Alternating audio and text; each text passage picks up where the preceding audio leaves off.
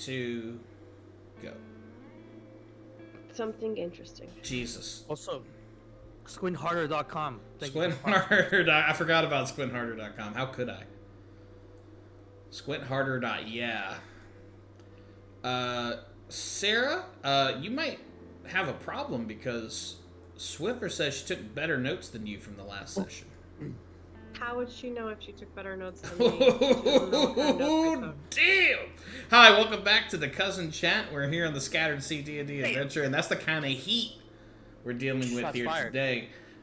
It looks like not everybody got the memo that we would definitely have our cameras on. I guess we're going to leave me solo. Today I've chosen the Game Boy Color camera filter. It really brings my eyes out. Let me see, Drew. Let me see some. Oh, Sarah's bringing the heat, and I labeled her wrong. Wait, I'm gonna be late to this camera party, but I'm also gonna set up my situation. Hell yeah! I can't see. Are you streaming yet? Yeah, but I have it on a placeholder thing. I'm still learning how to do this, and I'd appreciate some space on this. Coming in with a little aggression, and I'm just doing the best I can. Just 1/4 mile at a time, like Vin Diesel. We appreciate you, Drew. Thank you so much. Shit. Thank you for saying that. Sarah is Amaya, Deep Mermaid. I am DM Drew. JP is Red River. I have everyone's. It's National Muffin Day. I think it's President's Day. Oh no, that was yesterday. I didn't eat a muffin today. There's still time.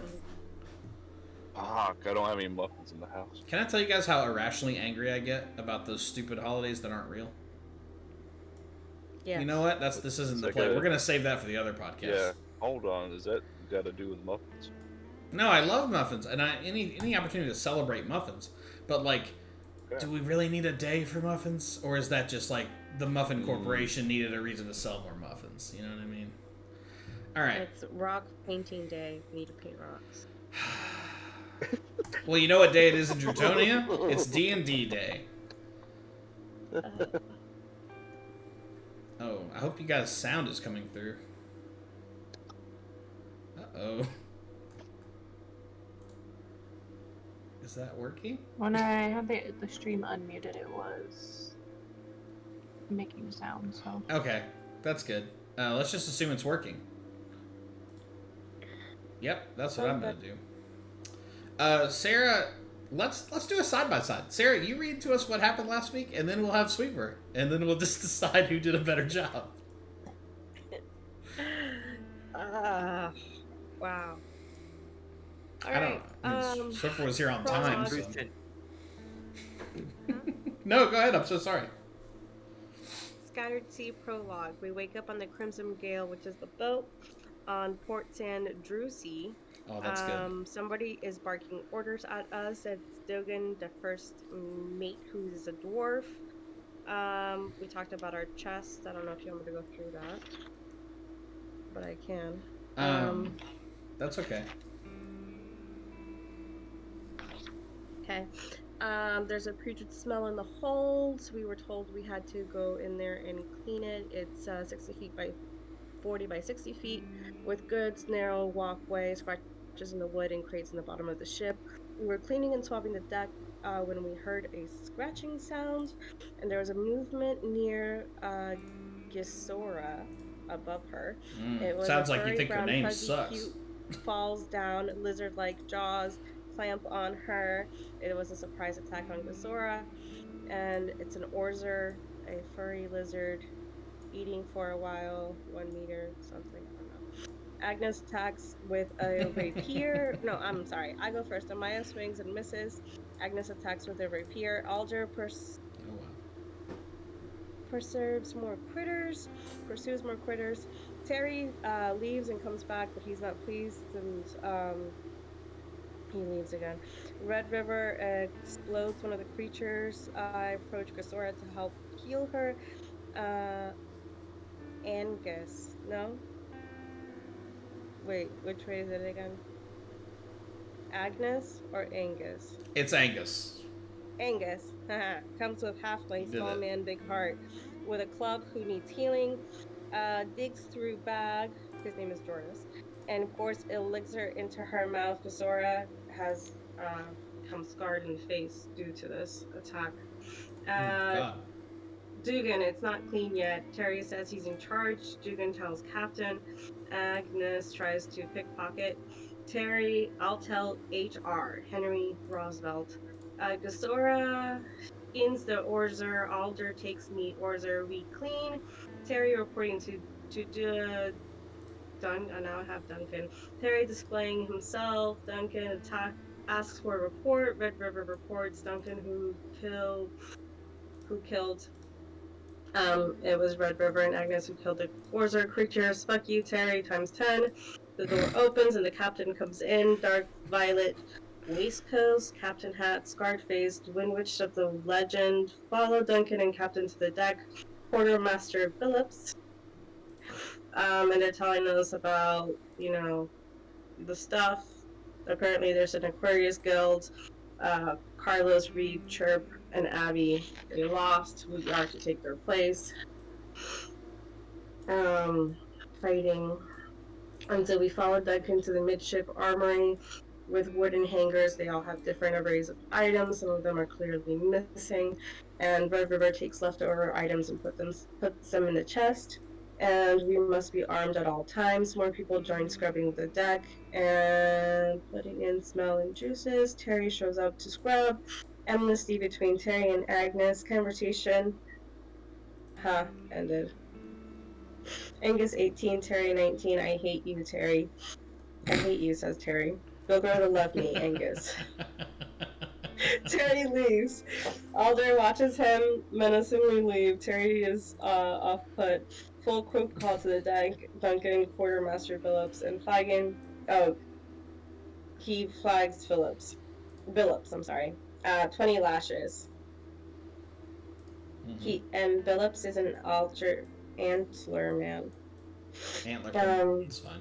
Yeah, whatever that word is. Surrender his port or 20 lashes. Then he chose with flashes. The Orzers got in half of the food supply. First bell means land, second means ships, third, three bells means hell. And ravens moan, that's my similar. We hear 2 bells, there's a ship approaching, the Philomonia, the Tidebreaker. The Tidebreaker is the ship, Philomonia is the captain. I'm sorry, Moon Dancer is approaching. It's a broad ship, we jump via grappling hook, Jack Sparrow away.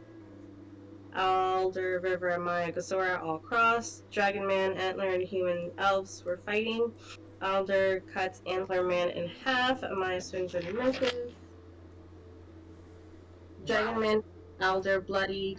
Mitchell hits Alder and misses. Generic hits Alder.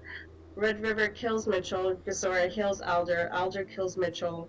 Jen Eric is shaken, and we try to intimidate but fail. Oh, yeah. We only saw one guy. We heard that there's a guy that's gonna blow this shit up. And the oil smell created barrels. We encounter a small dude. Only Amaya and Red River go to investigate what is going on there. Wow, that felt pretty good. Swiffer, there's no way yours is that good, right? Mine is better. Oh, shit. Fucking gauntlet threw down. Okay, Jesus. Just remember we're family, okay? And no matter what happens. Give me 1 second. I don't know, it sounds worse.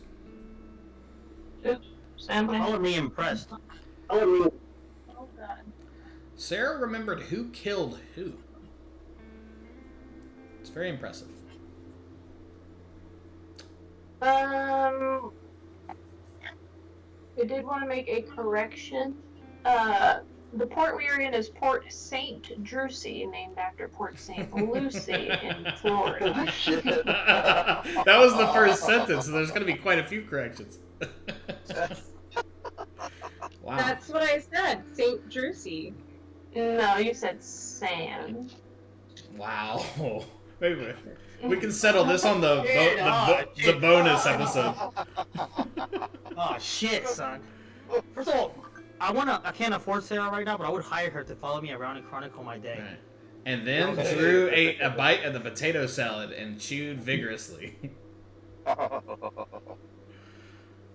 No, Sarah got all the details. So. That was really good. With both of you guys, you're gonna remember more than I do. But yeah, the last thing, I don't even feel like I need to do a recap. But the last thing was, I don't know if you guys remember, you descended into the hold of this ship you were raiding, and I think it was Red River and Aldar. Is that right? Hey, Drew. Yes, Queen. Somebody that has requested us to use webcams. I can't see yours.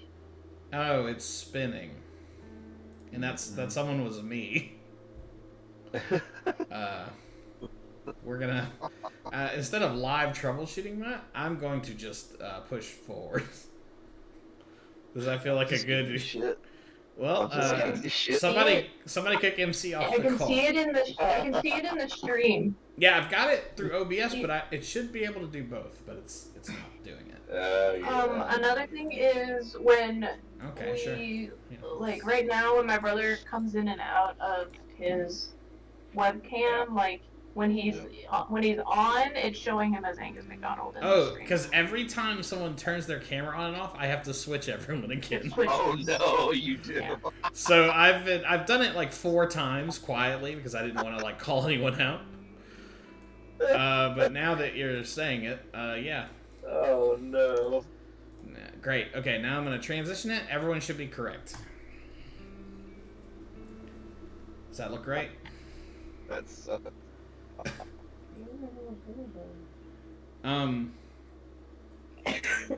Aldar and Red River, you descended into the hold of this ship along with 2 associates, the 2 that ran away.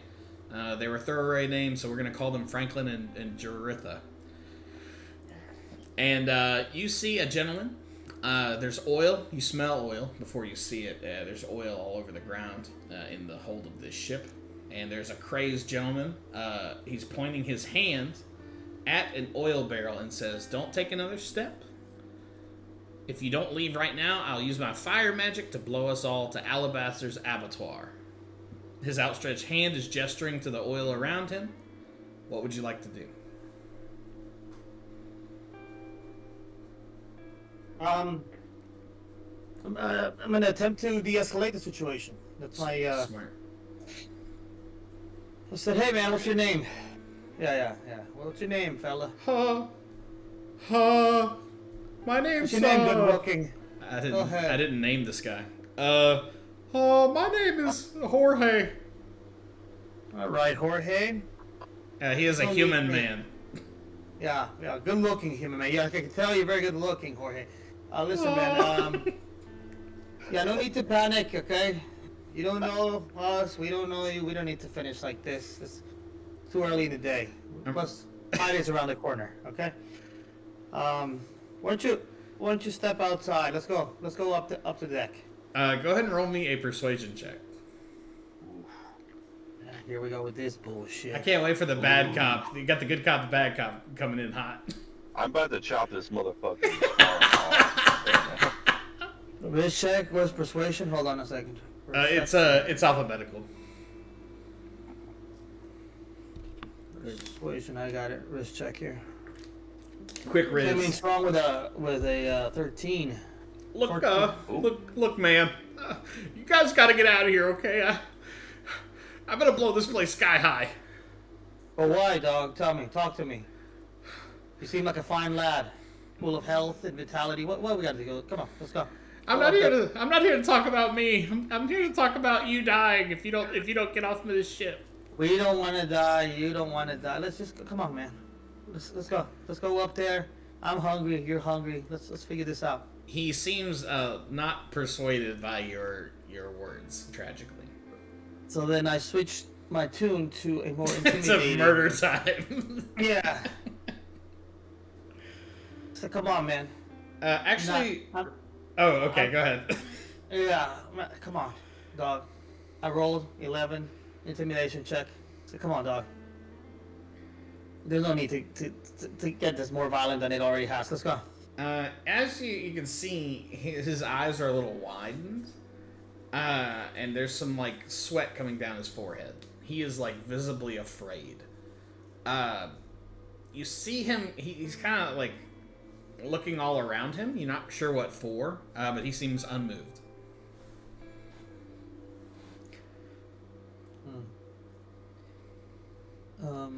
Look, man, just back up. You take your friends away. The two like women that came with you that were on your ship, they go back up to the top, or to the deck of the ship. Just remind me, we're here to rob this thing. Yeah, you are actively pirating these people. Mm-hmm. All right. How far away am I from this cat here, Drew? Let's call it. You can see him pretty clearly. Let's call it 15 feet. 17 feet, 2 inches. 17 feet, and there's no obstacles between me and him. There is like a not a pole. I need to learn what they're called. But like there's a heavy piece of the framing is in the middle of the room, but you can still see him. Yeah. A column. Yeah, like a wooden column. Probably load bearing, you know. Yeah, like a Between me and him, and it's probably like to the right or something. It's like not directly in the way. Yeah. Drew, could I do a murder unseen check? attack? What do you call that? Yeah. A murder check. So you're both unless you tell me otherwise, you're both standing like at the base of this ladder you came down. So he does see you. He is like looking at you. Yeah. I'm gonna walk behind JP, like I'm just changing sides. Okay. And throw a javelin at his face. What's the lighting situation here? I don't know if you want me to roll. No, that's good. There's only one lantern dangling in front of you, like on the ceiling of this midship area. MC, if you're throwing that javelin, I'm gonna need a weapon attack, please. A weapons check? No, you're just gonna attack with your javelin. Oh. So, damage or hit? Here we go. You're gonna try to hit him. Hit. Oh, shit. That's a 10. I see Aldar motioning for the weapon, which I already knew he was going to because I was thinking of the same thing. Sure. Right? Alright. But I need to close the distance between me and the fella. So I'm gonna do an athletics check. I'm gonna, as he's... Yeah. The moment is like like 10% speed as the javelin flies wildly. Yeah, I was like, it's now or never. Like, I'm gonna make the move. And I don't know that I trust my skills with the throwing. So I'm gonna do a quick athletics check. Yeah, close the gap, baby. What happened? A 13, stronger 13. Okay, so the javelin wildly hits like 4 feet away from this dude, and he like looks at his javelin, and as he turns to it, a half-orc gentleman who looks like Clive Owen. I don't want to decide what Red River looks like. A half-orc gentleman. All right, what's your goal? You want to close the gap, or you going to tackle him or something? I'm closing the gap with the intent of spearing. Like a distraction. Yeah. With all three, with my trident, I'm gonna pierce this fella. Oh, you're going for a murder. Yeah, okay. Unfortunately, wait. Maybe we should rethink this. Well, it's too late. We're already in the situation. No. I'm closing the maybe gap. You should tackle him. JP, with that athletics check, you sprint quickly as he's distracted by the thunk of the javelin into the ship's hull, and you are standing trident out at his throat. And he says, "Oh, wait a minute, wait." Okay, so I pause. I say, "Hey, what's up, big dog?" He puts his hand down. He says, "Look, I was just supposed to slow you down." What for? He starts crying. Come on, big guy. It's Sorry. in the morning for crying. I'm afraid I'm just having a long day. All right. Let's relax. What's happening? You're still stalling. What's going on, dog? I can't use magic, okay? The captain left in the rowboat with all our with all our gold. I was supposed to buy him time. He's married to my aunt. Just let me live. Complicated. Just stab him. Too complicated. Murder. You know what? That's all right, big fella. Did you know which direction he went? I don't know, man. Freaking out. What's the lead time, bro? Help me out here. He left like 5 minutes before you guys jumped on this ship. Which direction? That way, he points like to the opposite side of like where you guys like attack the ship. I'm gonna pretend the sailor knows his way east and west and. It's west. Yeah, west. So yeah. So I'll go. All right, everybody up top. Let's go. What do you want to do with this guy? Can I go? Yeah, come up top, dog. Let's go. Oh, I was gonna like go. Okay, yeah. He comes with you willingly. My name's Jorge. If I didn't mention it earlier. Hey, I get on the top deck and I introduce everybody. Hey, Jorge's a hell of a cook. Maybe we'll keep him around. He wipes his eyes like he's really like fucked up. As you bring him up there, shit up, big guy. Yeah. Like Dugan is like slowly crossing over onto the ship, and like you see other nameless crew from your ship like looking through the different parts of this ship as they like start filing downwards now that there's no threat. And Dugan walks up and says, "What's the situation? We haven't found anything yet." Captain fled with some of the riches due west, which I think is a combination of west and east. But yeah, and the fella's supposed to stall us, which he did successfully. And I think the captain is on a rowboat. Dugan whips out a weirdly small, not telescope because that's for stars. Boy, I wasn't prepared this evening. What's a pirate little scope? Yeah. Periscope? I thought a periscope was for submarines. Oh, it is. Pirate scope. It's a looking glass. A looking glass. And he looks out to the west. And as you squint, sure enough, you can see a small figure, like, in the distance, like a little boat. And before you can even mention it, Dugan says, and he whips out a heavy crossbow, and he's kind of like tilting it like a weird angle in the sky. And he thinks about it. He tilts it up a little bit further, and he fires a bolt. And you see it arc through the sky, and then you see a figure on the rowboat slump over. Dude's a fucking badass. I'm getting Blackfish vibes from him. Yeah, Dugan's got definitely Blackfish adjacent. Are you doing a lady? Did I mistake that? Wow. Or was it a boy? Wow. No, I think captain. I think it's great that you asked though, because I don't see gender. When I made this character, I didn't know what gender they were, and I still don't. You know what? And by the way, squintharder.com. Squintharder.com. Wait, no, in that context, you know what? Let's just push forward.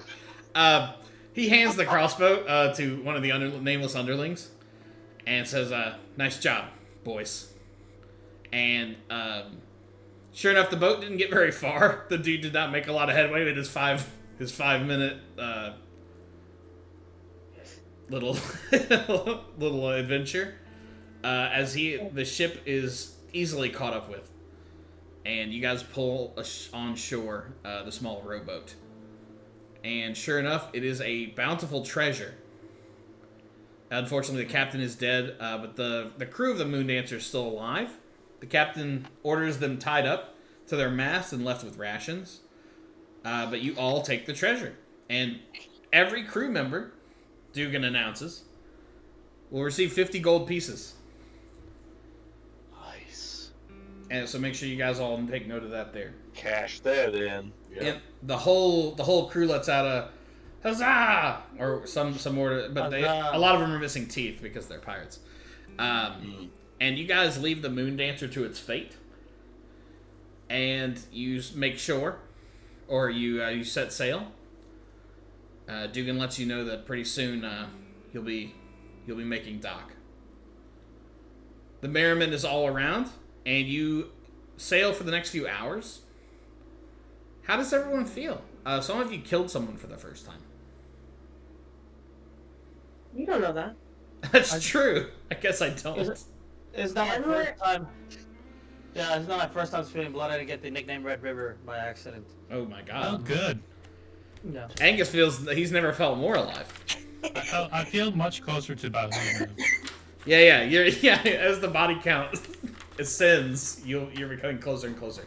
You guys pull in as everyone is like running off the ship as you make dock at this place that you've never been before. And you don't see the captain, but you do see Dugan amidst this crowd, like running onto the dock and onto the island.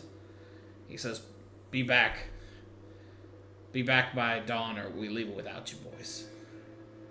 And he puts his hand on Angus's shoulder and says, "I saw you today, son. You look real good." And he gives you a little wink. And you guys are on an island. Got it. We're not in Port St. Drucy. No, you're not tragically in Port St. Drucy. You do see, I guess, a signpost that says Luthen's Landing. This is a small island. It's got a few large buildings, including a tavern and an inn, as well as an extensive gambling hall. What would you guys like to do? I'm gonna run to that inn. I need to take a fucking rest. You guys have been at sea for a long time, so you are very excited to not be sleeping in cots next to 20 of your nastiest friends out on the ocean. You did have enough time to take a short rest after the fight. That's nice. So if you do need to recover HP, you can do that with a short rest.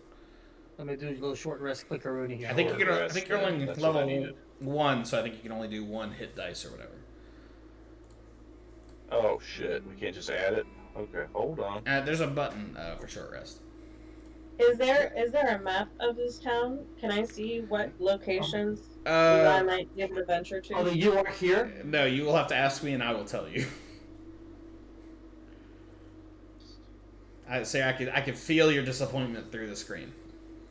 But there is a dock, there are 2 large buildings, one of which is a tavern/inn, and one of them is a gambling hall. I'm gonna stay here at the dock for a second, Mm-hmm. and I'm gonna sketch out, a little bit of this. I like to sketch. Yeah. I'm a cartographer at heart. I'm just gonna kind of draw the shoreline the way I see it. Just kind of I think that's take beautiful. note of the buildings. Just kind of chill, before I go anywhere. So that's what I'm doing. No shame in that game. My short rest doesn't get back a spell slot, right? No, tragically not. My short rest doesn't get back my rage, so No, sir. I'm gonna head to that. I'm gonna head to the inn. Is anyone else going to the tavern inn? Yeah, so just trudge along slowly. I'll go to the tavern. Yeah, so as you guys enter the tavern, you notice the interiors it's posh, like it's nice. There's like pearl filigree around like the railings in here. Every table and chair is quite fancy, and there's a separate section, like a separate tavern, almost like a small VIP area called the Captain's Lounge, through a large archway kind of away from the bar. There are several large security personnel standing at the way. One of them is over 7 feet tall, and he occasionally mutters orders to what look like security members. The patrons seem to be a milieu of all cultures of the Scattered Sea. Halflings, dwarves drink merrily as Volpine and Antlerkin play cards in the corner. Viridian Empire officials can be seen in Forest Green enjoying a pint. A notice board hangs with multiple bounties and rewards courtesy of the Westalian Empire. There's a sign posted at every entry and every exit that reads Luthen's Landing rules: no stealing, no killing, and if you break the first rule, we break the second. What was the first rule? No stealing, No stealing. I'm stealing. and then the other one, no killing. And if you break the first, they break the second. You see some of your fellow crewmen, just like rando Calrissians. They're spending coin. You see a couple of them, like the inn is kind of on the second floor. And you see a couple of floozies kind of leading, men and lady floozies, leading crew people by the hand up to the rooms.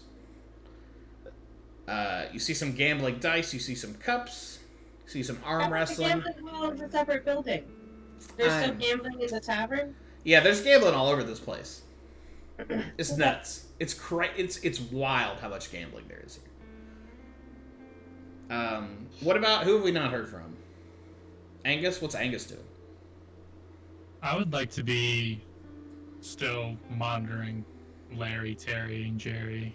I don't want him to know I'm there though. I want to go stealth mode. If you were like tracking someone, what skill check would that be? Would it be perception or investigation? I guess. Investigation. What do you think it would be? Perception? Probably investigation, right? Like I'm trying to like investigate. Yeah, you're investigating. Yeah. Let's do roll me investigation. Let me see if you're able to keep track of Terry/Larry. There's a stealth one too. I would let you roll either for this. Yeah. I rolled really bad. I rolled investigation and it was 8. You lost track of Terry, unfortunately, as you guys made your way off the ship. Damn it. It's gone. What's Aldar doing? I was thinking about, I'm probably going to throw down some dice before I go to sleep. Hell yeah. I'm going to put 20 gold pieces down. You sit down at a table full of high rollers, a couple stankers, and you, is Aldar a drinking guy? I don't want to make any decisions for you. Oh yeah.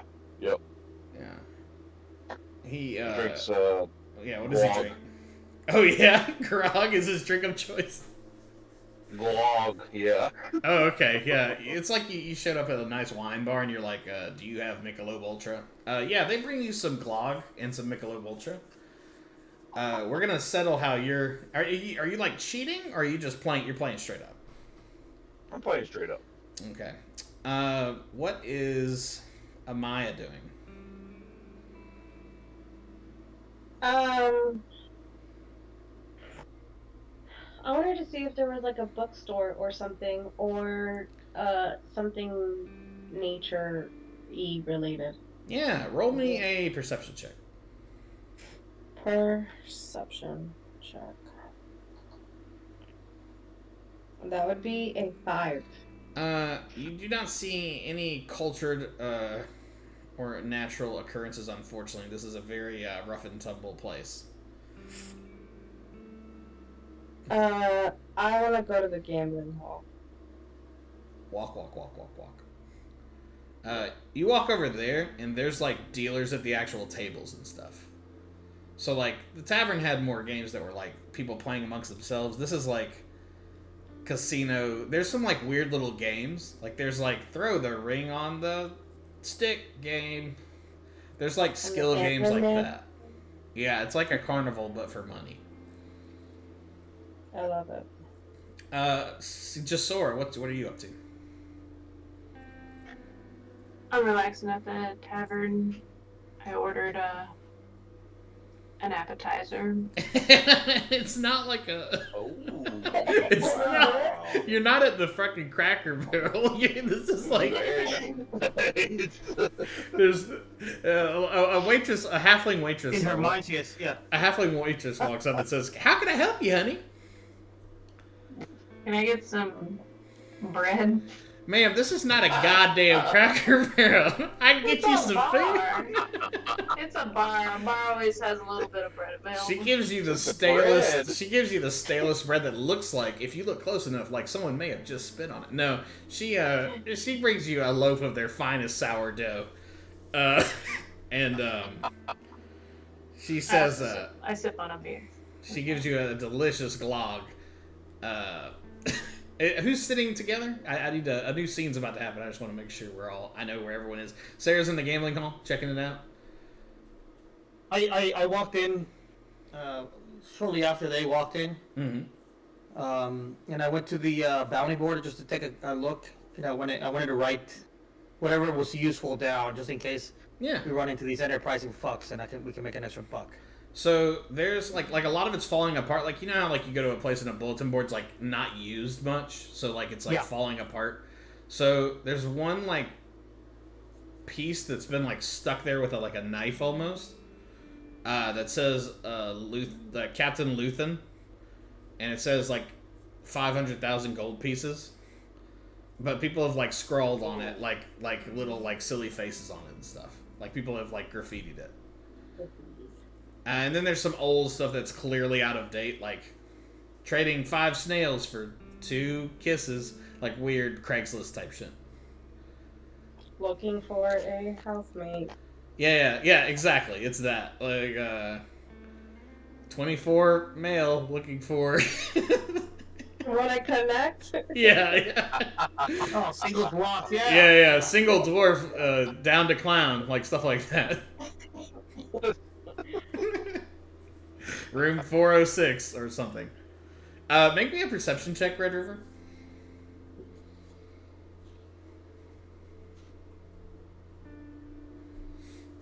What? Standing by. Perception checkaroonie. God, man, this hurts me. Stuff No up. 16. Man, you see everything. You see the Matrix unloaded before you. No, you see everything that I mentioned before, but you also see Dugan. He is sitting at the bar by himself. And you also see Terry. Wait, before I tell you that, Oh shit. Angus, are you sitting down at a table? No, I'm trying to still just like keep myself hidden. I want to be like stealth somewhere. So I like the idea of you like hiding behind a houseplant or something, like a big piano. yeah, he's hiding behind the piano, and Red River, you see that Terry is coming up behind him. Hey, no, this is no good. This is no good. But you also see another man with Terry. Okay. Angus, you don't hear him appear, but you feel a tap on your left shoulder.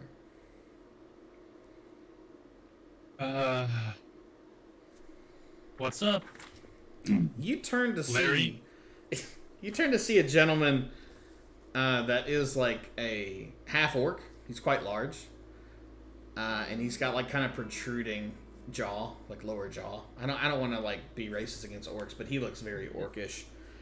And he says, Is it a full orc or half orc? he is a half orc as far as you can tell, but it's like, the half is, the orc is carrying a lot of the genetic weight here. Orc dominant half. Yeah, the chromosomes got a little shifted around. The mama was an orc. Orc geology. This gentleman says, listen, my understanding... First, I apologize. Hi, my name is Horace Reginald. Terry's been telling me you've been having some issues. And I'm going to be honest with you. He looks back at Terry, and Terry kind of like silently nods. And he says, Terry feels that the workspace is not very comfortable for him right now. That's because of your actions. And I think it's affecting Terry's workplace performance as well as his well-being. And I think we should all three of us sit down and just have a chat about this. Yeah, well, Larry's a lazy piece of shit. Sorry, That's exactly that's the kind of attitude that's really disrupting our workplace right now. And I've been authorized by the captain, and I think if we get together and really listen to each other, I think you'll see we have a lot of common ground. What do you say? Let's have a seat. Larry, I swear to God, after this. Terry says, "This is exactly what I'm talking about. Do you hear what's happening? This is exactly what I told you about." Nope. Now, Larry, it's just as important that we make sure that we hear his side as well. Okay, we all have a story to tell. Okay, and we're all holding our own quills. Okay, we're all writing our story at the same time. They call me crazy. Because all I've ever wanted was for Larry to love me, and he just hates me. So like, I feel like I'm just giving all this love, and Larry's just doing nothing but hating on me. Go ahead and make You feel me, HR man? Is this a deception or a persuasion? Do you feel this way?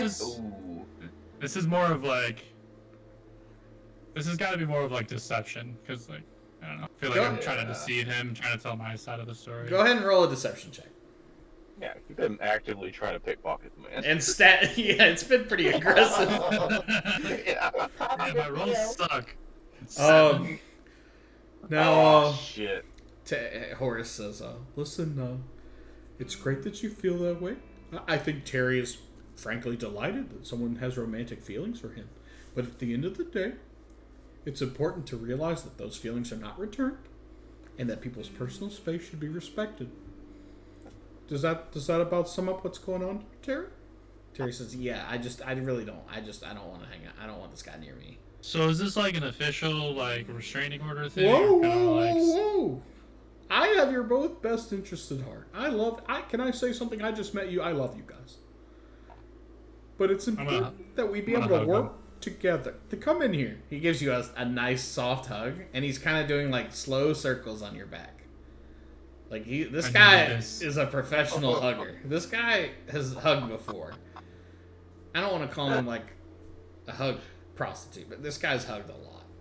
And you feel better after getting Been in the HR game for a long time. This guy's been playing the HR. Horace Reginald has been playing the HR game for a long time. Thank you, I Horace. feel like Angus is like flicking Terry off behind this guy's back. Yeah. And like making like, I'm gonna kill you. Yeah, I'm like whispering into Terry like yes right after this. So.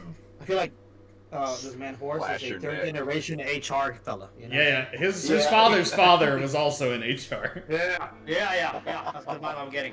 Now, I want you boys. He lets go. He like wipes a tear. Horace wipes a tear away from his eye. He says, "Now, I want you boys to shake hands.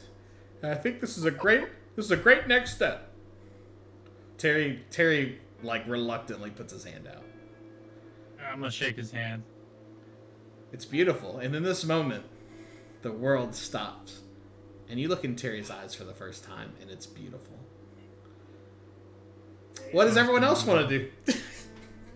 Drew, can I pause this for a second? I love this way. This is amazing. This is great. I don't know, it's the Tailspire thing, kind of like had the visualization in my mind. This is chef's kiss. This is the best. I like it. Well, thank you so much. Thank you. Yeah. Thank you. Also, Now they this is start for- kissing each other vigorously. Oh, sorry. Go ahead, JB. This is This quality is brought to you. Oh, I'm sorry. We have a different sponsor this week. It's AG1. Yeah. The kind of. OurTimeSingles.com. Yeah, that's right. While Aldar like looks over and at these two gentlemen who are making out with a handshake, it's a metaphorical make out. MC, go ahead and roll me a d20. Let's see how this gambling goes. All right, let's do this. Here we go. D20 for everyone.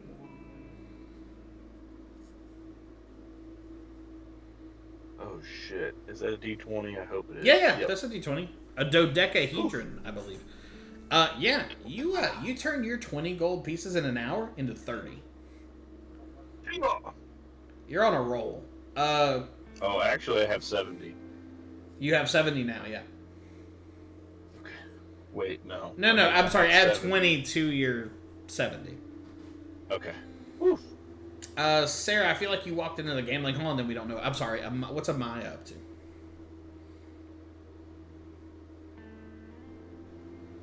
Oh, you're muted.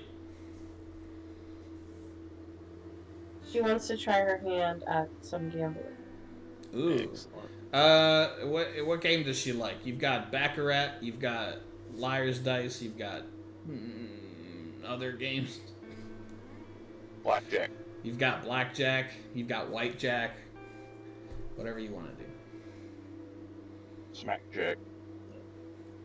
Let's do the first one, the Baccarat. Yeah, you're playing Baccarat, which I definitely know the rules for. Go ahead and roll a d20. Let's see how much gold are you wagering here. You throwing around a lot of money? Sarah's gonna say all of it. I'm not gonna say all of it. Yeah, but I'll do like half of it. 25 delicious gold pieces? Yeah. Okay, go ahead and roll me a d20, fam.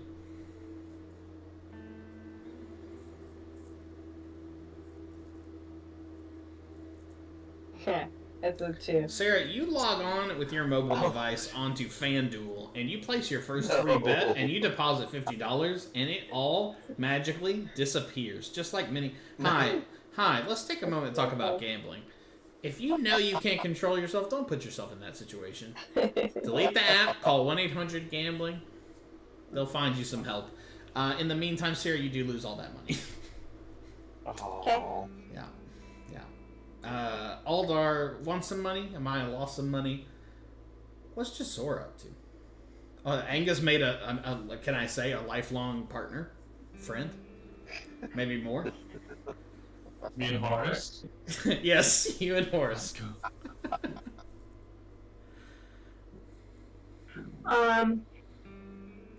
Sora's not big into gambling. Is it like a ethical concern, or is it just not her deal? It's just not my deal. Mm-hmm. I don't have any desire for it. I've been keeping a beer and eating food and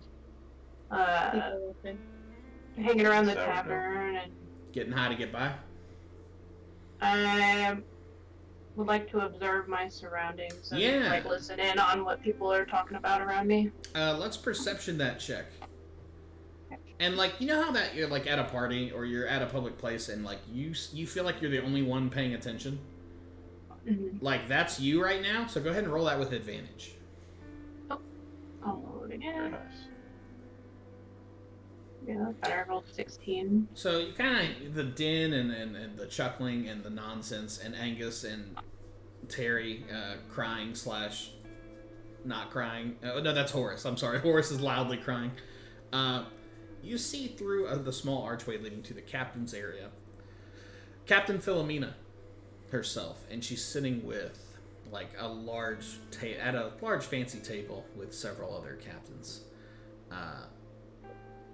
Dugan, you can see now at the bar, has several empty mugs next to him, and his head's a little down in his drink. You don't see much else of note here, and you see Red River looking at the what's it called, the bulletin board.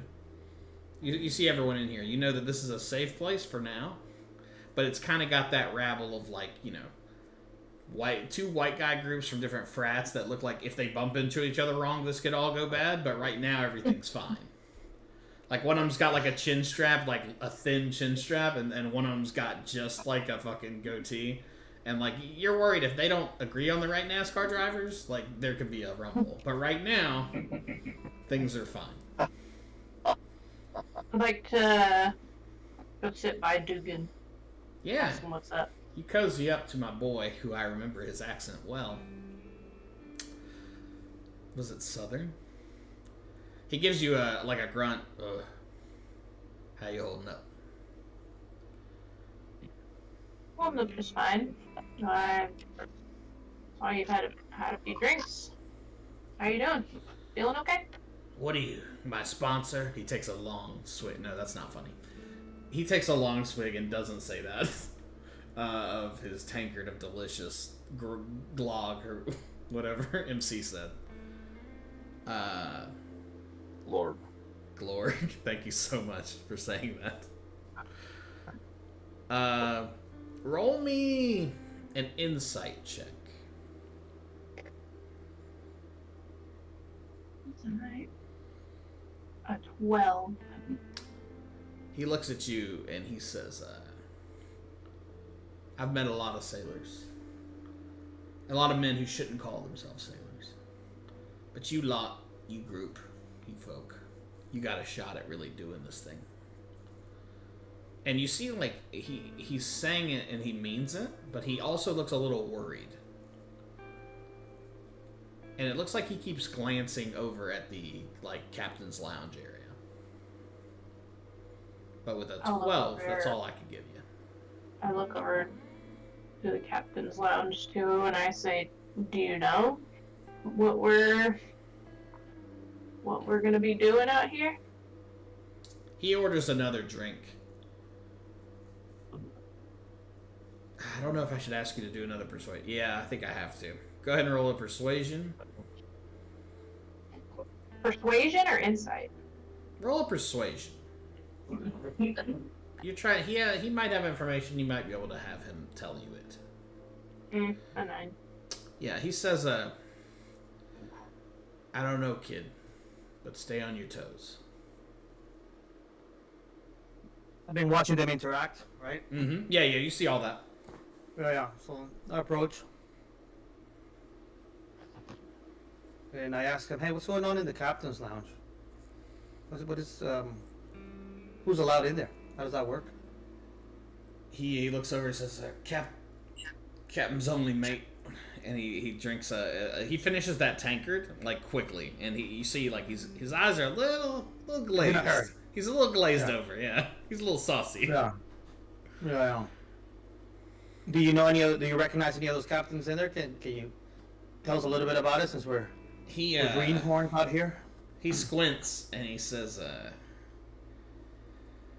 don't know them fellers. If you want more, you're gonna have to convince him somehow. Let me buy you a drink there, sir. His eyes light up. I order a drink for the fella. You start to order. He said, "No, I'll handle it." He says, "Barkeep, I'll have Michelin's Select." As the bartender pulls out a bottle from like underneath the bar, and it's got like a wax seal on it, and he says, "You sure?" And he looks at you, Red River. I was like, I just got paid. How much is this thing, dog? Yes, there's five gold pieces, friend. This is the good shit. Dugan, listen, man. You've taken good care of us. Made that fucking shot like a boss. We wouldn't have any money if you didn't make that shot. So guess what, boss man? That's on me. That's on me. Really appreciate the fuck out of that shot. He drinks a double shot out of Michelin Select for men, and he says, I knew you were a good kid, adult man. I knew you were a good adult man when I saw you the first time. I'm so proud of you sons of bitches. Thank you, sir. I like that you like the finer shit in life. Life's too short to drink Michelob Glog for ladies. Here, motherfuckers. Here. And he drinks this one a little more slowly. Like he wants to savor this delicious sweetness. He says, yeah, the captain, she's cozying up with some fellers over there. I don't trust them, but I trust her. I don't know where we're headed. But he looks at you, Red River. He really looks at you and he says, but you follow her, she won't let you down. He finishes his drink and leaves the bar. The night's kind of winding down-ish. It's around, like, midnight-ish. What do you guys want to do? You have to be, just a reminder, you have to be on the ship by dawn. You see, like, a few people are slouched over their, like, stools, like, asleep. There's a few people still gambling. Can I go to sleep on the boat? Yeah, totally. You can just go to your. I find cot. more comfort close to the water. Yeah, that's totally fair. Can we take this moment? I'm glad you said that. I'm thinking a lot about mermaids and how I want to do, how they have feet on land and a little tail in water. Let's just call it little mermaid rules. It's just magic, baby. Yeah. Does that feel good to you guys? Is that how you guys are picturing it? I picture that they make a pact with a octopus witch. I love it. I like that a lot. Oh, Like Sarah, you mean? Yeah. Make a pact with an octopus witch? Because I am an octopus witch. So you need to write a movie on that one. Hell yeah. So Yeah. I'm picturing like your calves have like little fins on them or something. That's what the description specifically for the Tide merfolk says that Yeah. there's little fins on my calves. Hey. Okay, cool. Okay. Sarah, yours is like kind of tentacly and a little grosser. And mine needs more barnacle-y. Like, Yeah. I picture mine to be more like... It's... Because, like, deep-sea creatures are usually, like, super, super smooth. So I'm either going to be, like, so smooth that it's, like... Off-putting? off-putting. Yeah. Or because I've been, like, in this weird surface area, I'm going to be, like, barnacle-y. I was thinking more the latter, like around your joints. It's like kind of like weird hardened shit. Right. Yeah, but it's definitely weird. Like you guys have seen Tide merfolk and current merfolk, but you've not seen another deep merfolk like a Maya. Like it is a somewhat rarity for those folks to be kind of walking around. So Jazora's going to the ship. She thinks, you know what's better than sleeping on a cot for 2 weeks in a row? 2 weeks in a day more. What does everyone I else don't want mind to as do? long as I can hear the ocean. Oh, that's beautiful. You can. I would like to. Well, all right. Are you done kissing Terry? This is hours later, so do we feel like that's done? I don't want to completely let go of Terry yet. But Okay, I would sure. like to be like hanging around like where they were, like while they were all drinking and stuff, and I'd like to just be like eavesdropping into conversations and seeing if I can hear any thieves' cant or pick up any context clues. Let's say that, yeah, after your HR conversation, you spent the rest of the night kind of doing that. Go ahead and make me, perception again? I feel like all we're doing is percepting, but I guess it's the name of the game. Yeah. Actually, it's not the name of the game, but we'll still do it. Yeah, so you've kept a close eye. A lot of people talking about, oh, I got a girl back on my island that sends me nudie pictures, or whatever, you know what I mean? Like, it's casual pirate bullshit. All the money I'm making is going back to my family. Yes, that exact conversation you've heard 3 different times. As like a dude has like gambled his life savings away. You hear a dude that's like, oh, I know where the treasure, Montgomery Silver's treasure is. And the other guy's like, no, you don't, fuck off. And they get in like a fight and then and they're best friends. But other than that, you hear nothing of particular interest. Okay. Where do you sleep? What's everyone's sleeping arrangement? I'm gonna go find Terry. That's your sleep. You take Terry's hand. You take Terry's hand and walk up to the innkeep area, and your scene fades to black. Who else wants to go?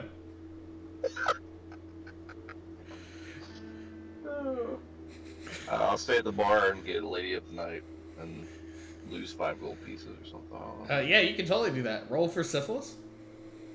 I don't see it on the. No, just keep looking. I just added. No, don't roll for syphilis, please. A medicine check. Yeah, you can roll that tomorrow morning. In the meantime, yeah, you find a nice lady, and you end up. Can I say something? I don't want to get too sad. Yep. You end up just talking the whole night. You know, you never. Aldar hasn't really had someone to talk to about what's going on. Why is that Yeah. sad? Why is talking sad? It makes me sad. No, that's some deep shit. Is- Makes me sad. That's good. Well, Aldar's backstory is That's pretty good. fucked up. He probably needed someone to Yeah, talk that's I read it. that's what I needed. Yeah, that's what I needed. It's beautiful. You recover all your HP and all your rages. Well, everyone's going to recover everything, but still.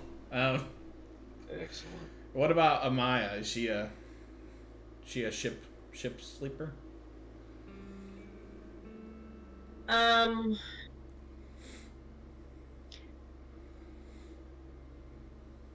just kind of exploring and just seeing how people do this thing. So I walk around after losing the money and see them, whatever. Mm-hmm. And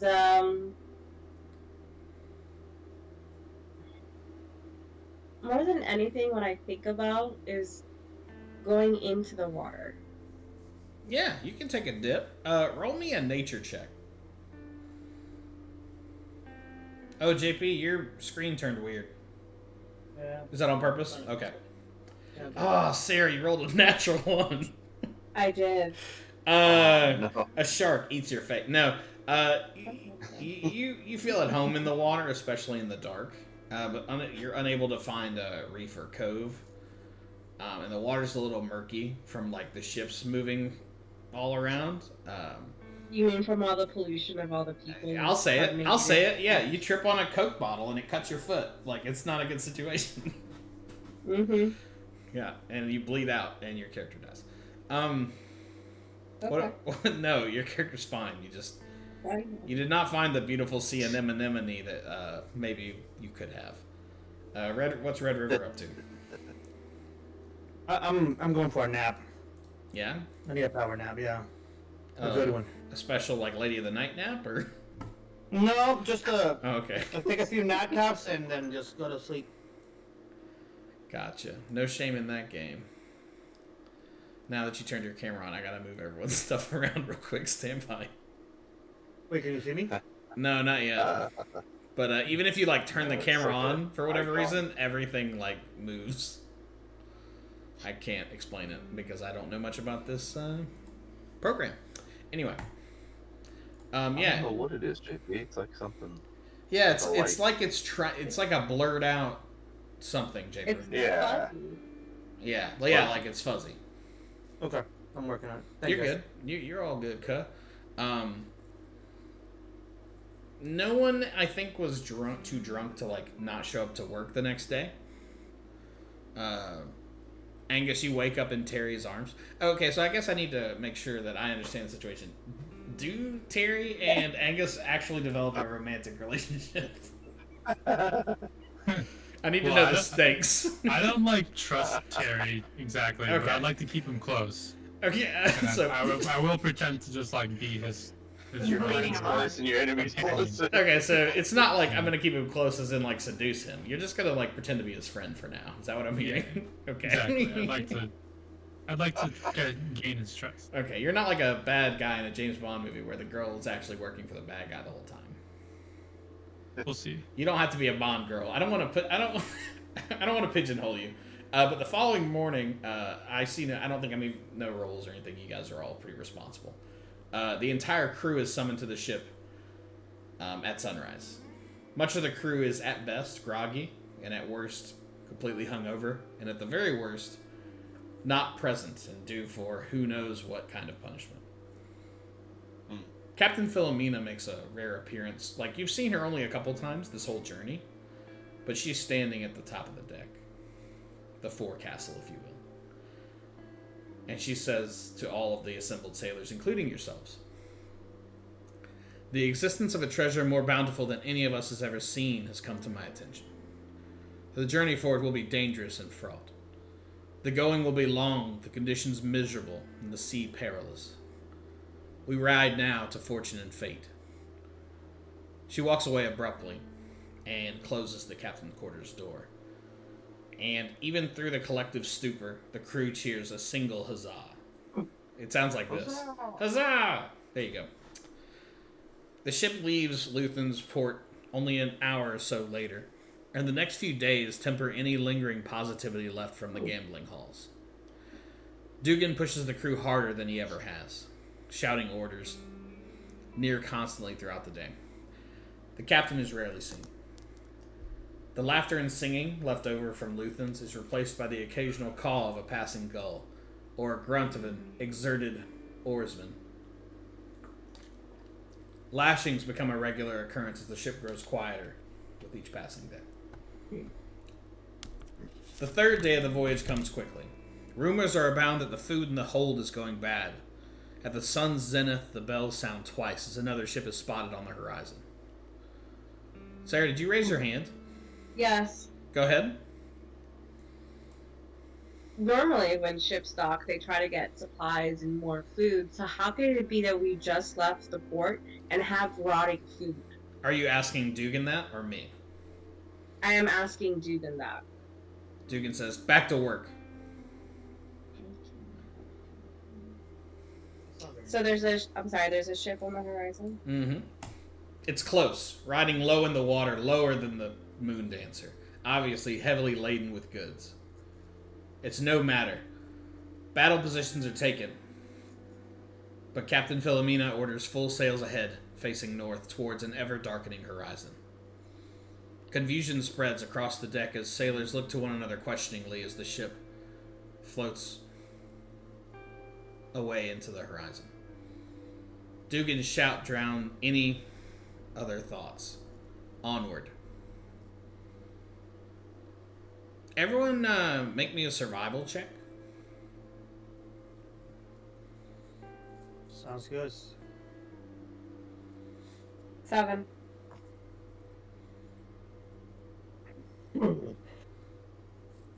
Five. 17. Amaya and Angus, you both die. No.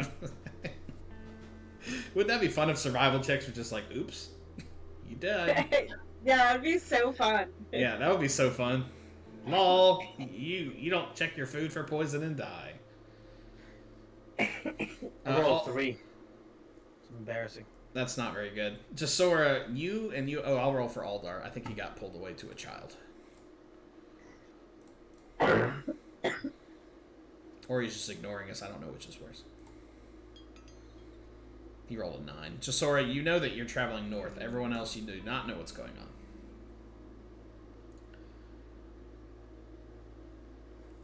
Did I already read this part? Yes. By nightfall on the 3rd day, the first raindrops of a coming squall begin to fall. For a moment, they splatter sporadically all around the ship. Even down in the hold, you can hear the individual drops plunk. If you listen closely before the drops coalesce into a thundering cacophony of sound. The wind picks up and the ship begins to pitch wildly from side to side. The rigging almost snaps loudly, and some of it is lost to the surrounding darkness. Dugan calls. He needs someone to climb and secure the sails. You're all on the deck now, as you see a few men scurry up the rigging. I'll go. And are unceremoniously tossed into the ocean, never to be seen again. I'll go. He points at you and points up. He doesn't say anything else. Go ahead and make me an athletics check. The storm it's just begun, but already the ship is, like, it's pretty loud out here as the rain pelts down. Let me know what your athletics check gives you. This is high stakes. We're back in, I know we just had fun, but remember, we're all very susceptible to possibly dying. Wait, for this I'm gonna guidance him before That he climbs. is the exact thought process that I am happy to hear. Would I be able to do acrobatics for this, or do I have to do athletics? We're climbing the rigging. I see it, like, I feel like flipping and jumping and do cool stuff probably doesn't help you here. But athletics and acrobatics are so close. Yeah, you can do an acrobatics. But it's about 50 feet in the air where you're going. 15. And I think you can add 4 if she guidanced you. Or add a 1d4. I think it's 50. 50, not 1 5, right? Yeah. Yeah, he rolled a 50 on his dice. Oh, he rolled a 50. Sorry. No, you're okay. 15 plus 1d4. Yeah. Just see if you can get like something a little bit higher. Okay, well, 16. 16's good enough. You are you start climbing, like with an acrobatics check. You're kind of like bobbing and weaving as you pitch to and fro, like violently. You see nothing but dark in all directions as the ship pitches. You make out white breakers on the sea, at some moments only a few feet away from you as the ship is nearly perpendicular to the waves. You make it to the top. Go ahead and make me a Constitution saving throw as the ship kind of moves around. Like it's like 6. It's like whipping in the air. 6, you get a little paralyzed. No one else can see you, but Angus knows. Maybe for the first time since what happened to his family, he's scared. Make me a sailing check, and don't fail it. Does guidance work for a long time? Well, let me go look. Yeah, I believe it's. can he add 1d4 for yeah, I thought it was a concentration, but I can't remember. It is a concentration up to a minute. Okay, I feel like this is taking him. Well, shit, he couldn't make it 50 feet in less than a minute. Well, he rolled pretty well. Yeah, go ahead and roll sailing, and you have guidance still.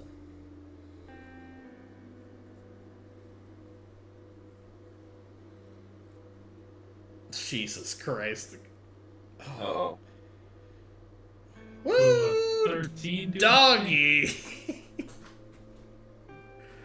Go ahead and roll sailing again. Oh no. As How is 13 a failure? you reach for the sail, and Oh my god. one of the sails slips out of your hand. Go ahead and roll that d4 to add to the 6.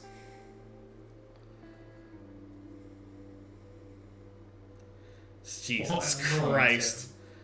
You hold on just long enough for the ship to get upright before you tumble. And you get caught in the rigging on the way down. Can I do a little athletics check and help my boy out? Yes, but you will do so with disadvantage. I'll do that. 22 disadvantage. How much is that subtracted with? You gotta roll it twice, and we're gonna take the bad one. 22 is good though. Maybe you can roll another 22, and we'll be good to go. Well, 26. Oh, natty. Yeah, with a 22, you see little Angus. You see his form start to kind of fall, and you get under him just in time for both of you to take 4 damage as he lands with a crumple. Does the DM know that I've been going to the gym? Oh, let me make a check here. You gain 4 health. Okay, alright, because I'm in, bro. Dugan says, damn it, kid. He shakes his head. I need someone up there. Someone other than Red River and Angus. Why can I go up there? I feel like you're dealing with a person who just fell on you. Okay. Alright, fuck it. I'll go. Aldar spits out some big league chew. And rolls an athletics check. Shut the fuck up about that. Big money, big money. Oh, yes. You like start to scramble up the mast, and you like lose your footing and fall immediately. You don't take any damage, but you take some like emotional damage. It's like you can feel Dugan staring at you. Oh shit. That's it for me. Terry pushes past you all and starts climbing. Terry flies up that thing like a tabaxi shot out of a fucking cannon. And he ties off the sail. And after just a few minutes of watching him be a fucking hero, Dugan shakes his hand when he gets down. You go back under the ship. There's work to be done. The night is long and hard, even for those who are not actively working on the ship through the gale. The storm abates just as the sun begins to rise over stiller waters. A full day and night fighting the sea leaves many sailors to collapse at their stations. There are a few more unaccounted for. Everyone roll a Constitution saving throw.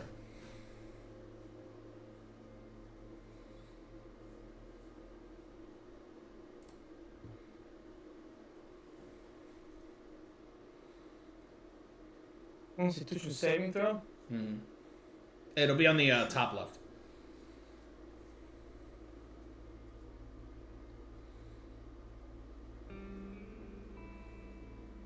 Fucking 21. Angus rolled a fucking 20. Jasora, you all have a fitful night of sleep, but Jasora, you do not feel well rested. You will take 1 point of exhaustion. I didn't do that. Condition, is that a condition? Yeah. At the bottom of the conditions, you'll see exhaustion.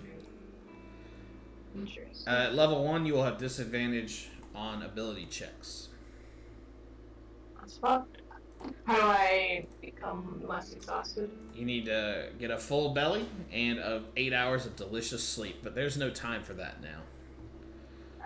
Near noon, the captain emerges from her quarters again, and everyone is again summoned to the deck. She begins. We have been met by the sea's ferocity, and we have answered it in kind. However, this journey has only just begun. The decision has been made that rations will be cut until further notice to half portions. The hold took damage over the night, and we lost more food to sea rot.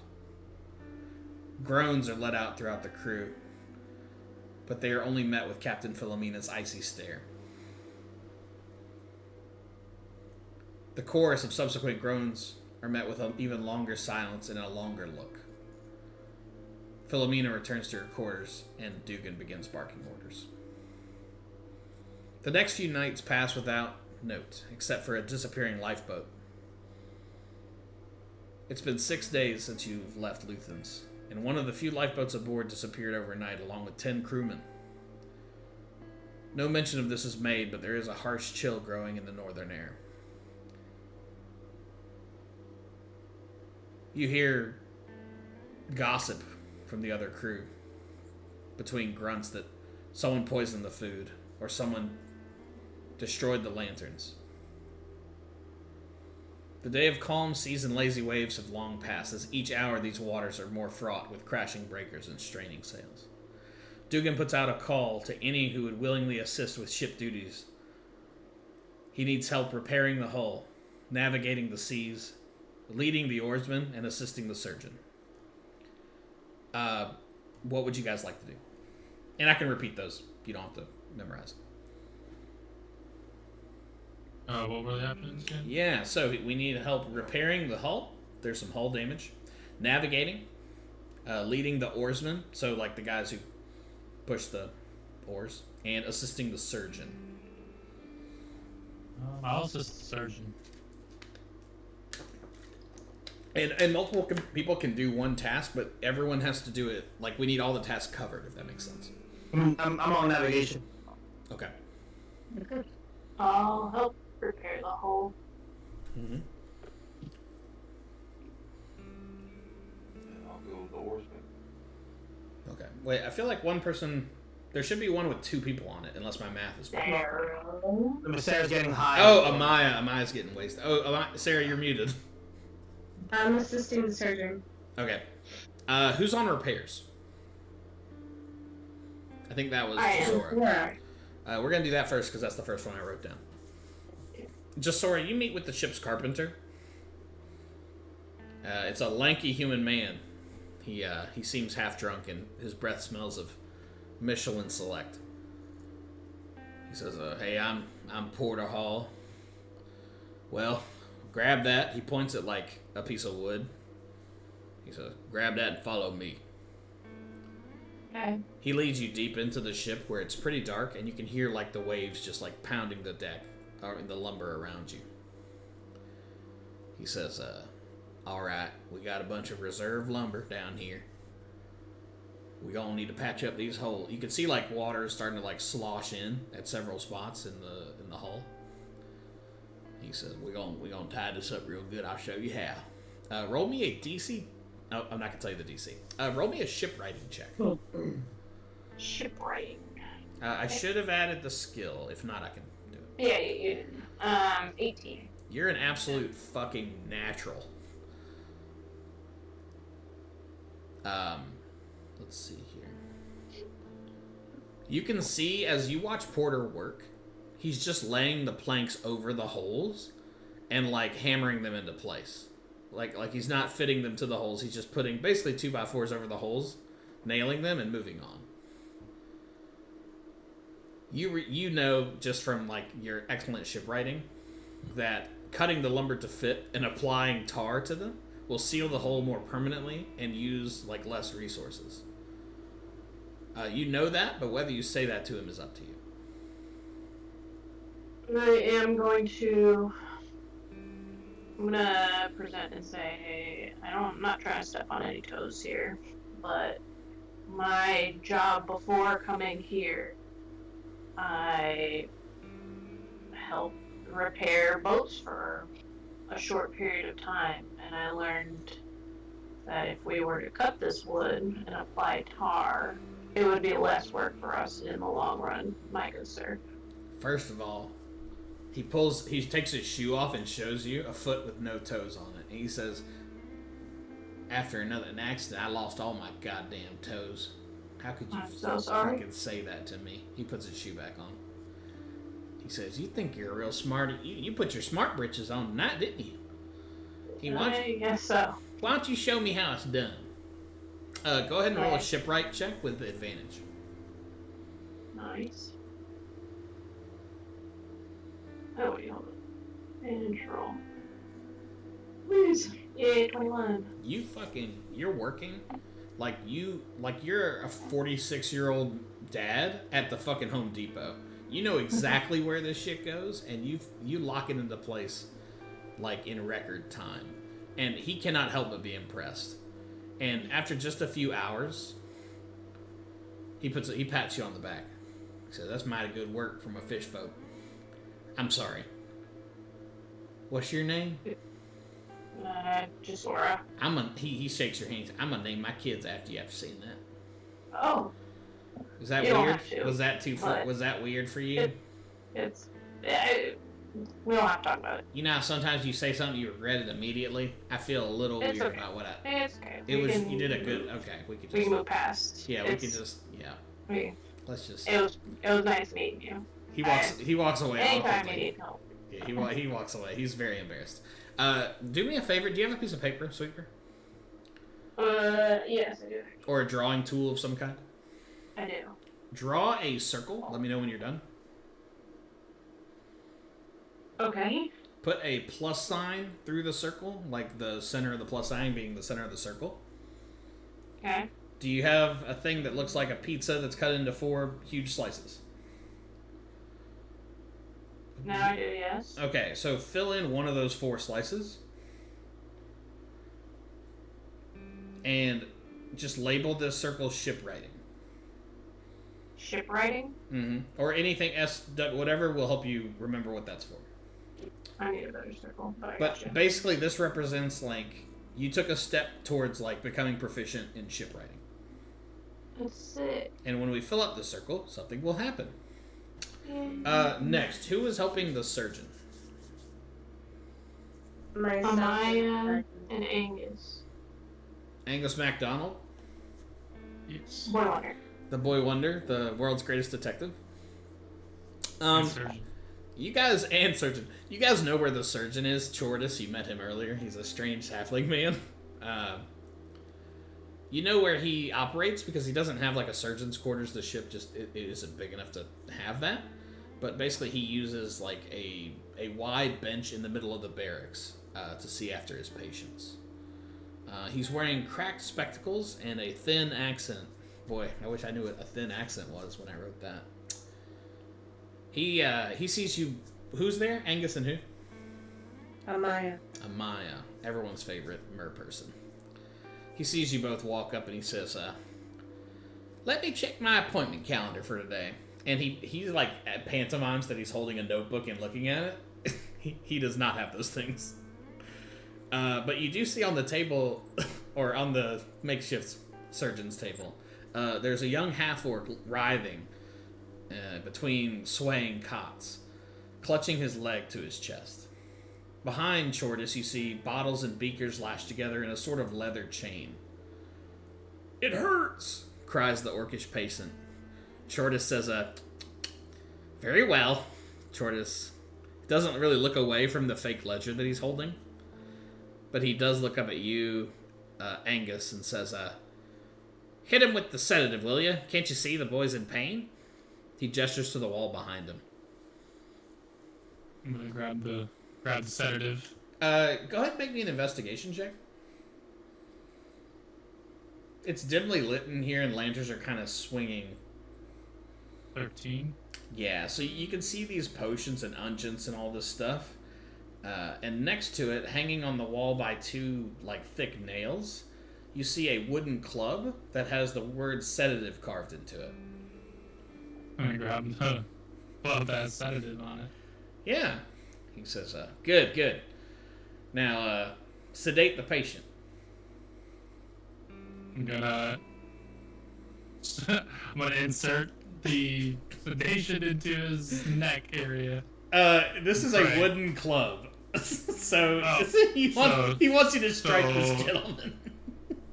I'm striking it? That's what, yeah, he's like, "Go ahead and sedate him now, boy." He gives you a little wink. Alright, I'm gonna... You wanna do this for me? Now, now he's looking at his ledger again. Was I sent to help you, or were you sent to help me? I was talking to Amaya. Oh, very good. He chuckles to himself. Yeah, I'll do it. I Um, take the club from him and I go to strike this guy in the face. Amaya, roll me an attack roll. You just a d20, and we'll add your proficiency modifier.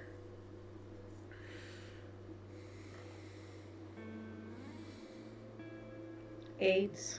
That's my proficiency. It's probably +2.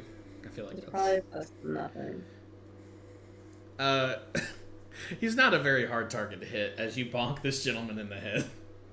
And he stops crying, and he lies there unconscious. Chortis looks at you and says, "Good job, kid." So he looks down at the patient and kind of pokes him. Alright, what do we have here? Chortis is like whispering, kind of muttering to himself as he like removes the bandage on the left leg of this, right under the knee on this orc. And he gives it a sniff. And he goes, ugh. Both of you roll a medicine check.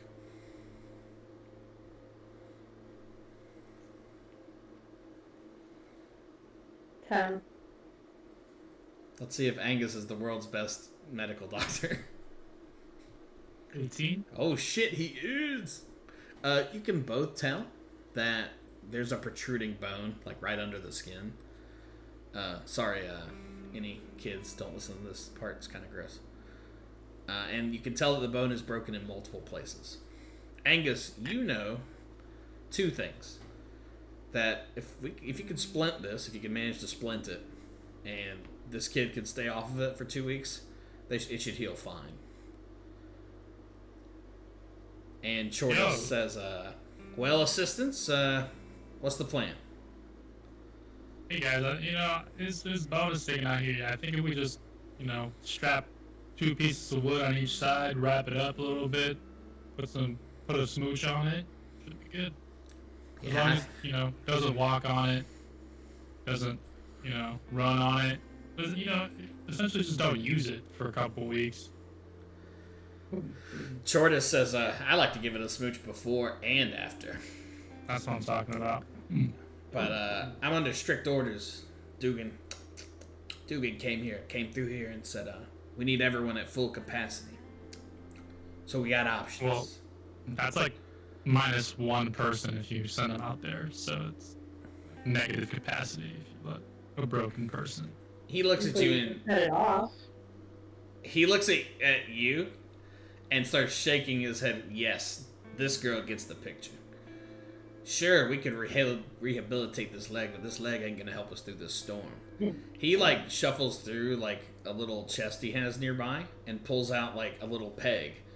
And he says, with this, we can get this boy back in a couple days. But we're going to have to remove the broken bits. But Dugan sent you to help me. It's your call. What do you want to do?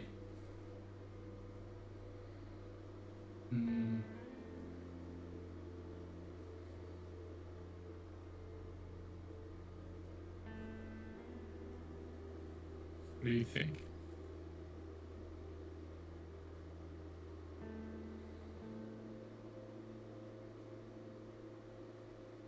We can't have somebody on the ship for 2 weeks not pulling their weight. As unfortunate as it is. He would just,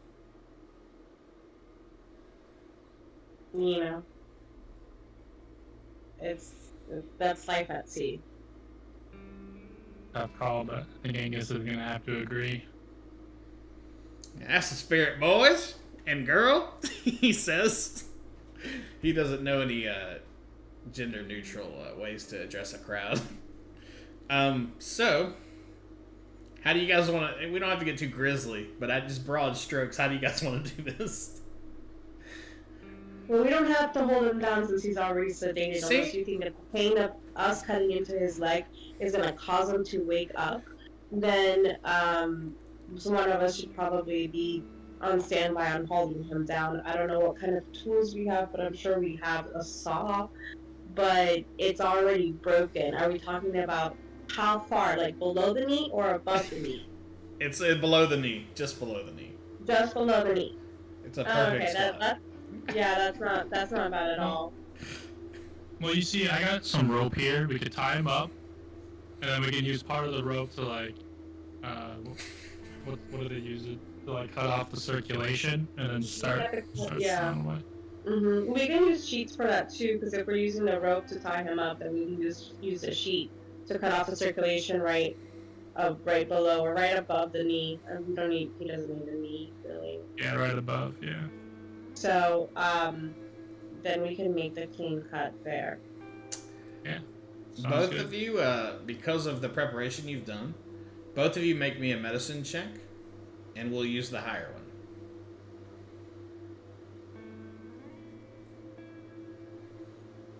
It probably won't be Hopefully you're a little Angus. higher than a 7. I rolled a 13. Yeah, that's the number I had chosen. You guys get that. The camera fades to black so no one has to hear the grisly details of what you're doing. But it fades back, and there's just a little stump where his leg used to be. Oh, beautiful.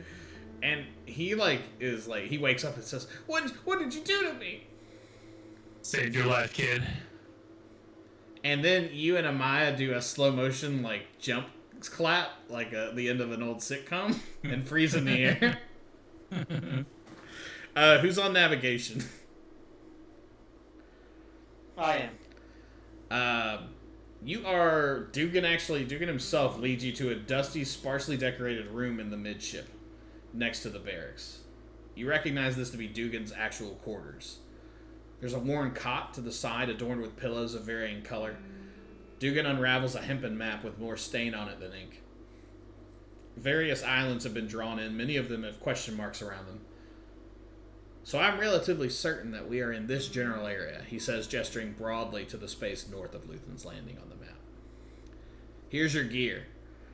He hands you a compass with a cracked glass, a protractor, and an ink quill. And your knots are in the corner.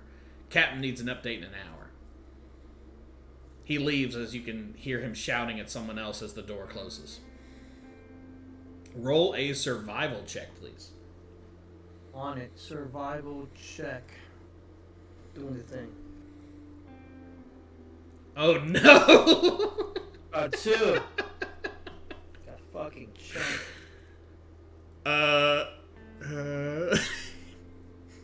Let me just read all this stuff here. Holy crap. Okay. Red River's about to send us over the edge of our water. I am not able to give you any information on any of the tools you've been given. What would you like to do? Oh no. You have a compass, a protractor, an ink quill, and he said there's a rope in the corner.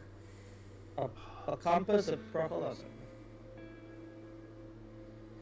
And what was the task I had? You need to find where on the map you are. And I'm so sorry. I have so much stuff to help you, but with a 1+1, I can't help you. This is where we are. No. Red River is a map charter. You roll one more time. Roll with advantage. Yeah. This is something that it was already built into your backstory. If you roll another 1, there's nothing I can do for you. What kind of check was it? Survival? Yeah. Oh, fuck this survival check shit. 18. Now I get to tell you all the things. Oh. Okay, so you know the following. The compass will show the direction, obviously, and the ink quill can be used to mark your positions. You know the protractor can be used to chart each day's distance traveled. You also know that the braided rope in the corner can be held and slowly let out behind the ship to indicate your speed that you're traveling.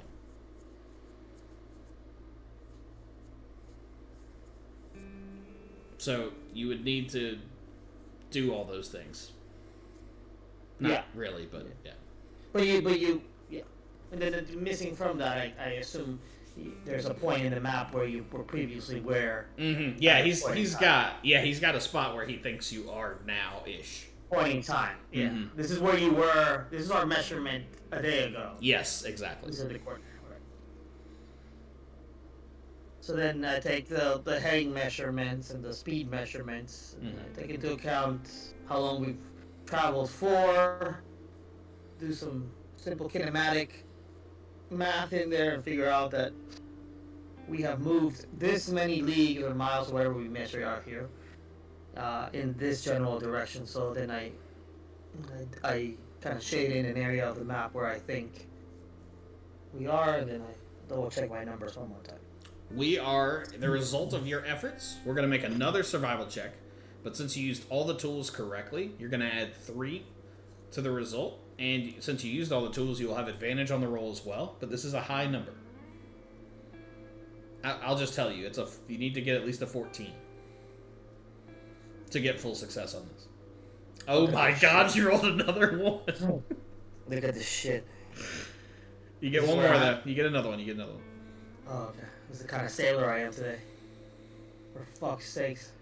Woo! What are the odds? Okay. You plot the course near exactly between halfway of Luthens and a red X that has been drawn further north on the map. You notice that in approximately 2 days' time, the ship will pass an island labeled with a question mark.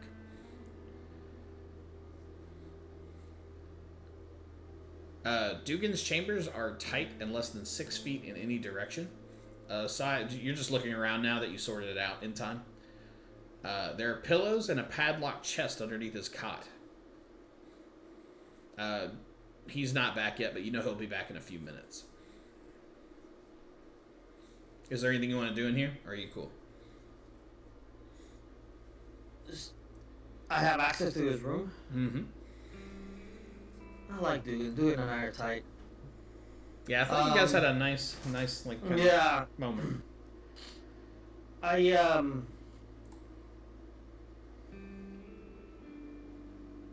make since I have a little bit of extra time, I just make a few additional notes, accounting for maybe weather, or we could take just jot down a little bit, a few extra calculations. I just want to give him some options in case the weather changes.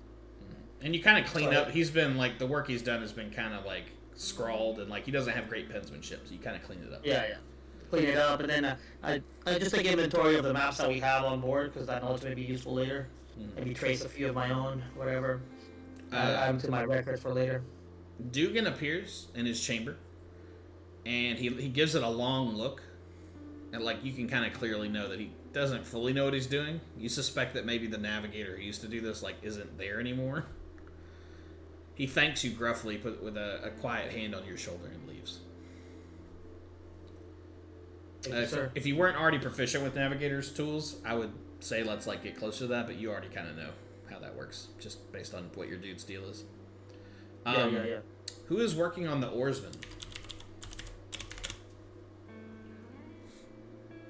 It's me. That's our boy.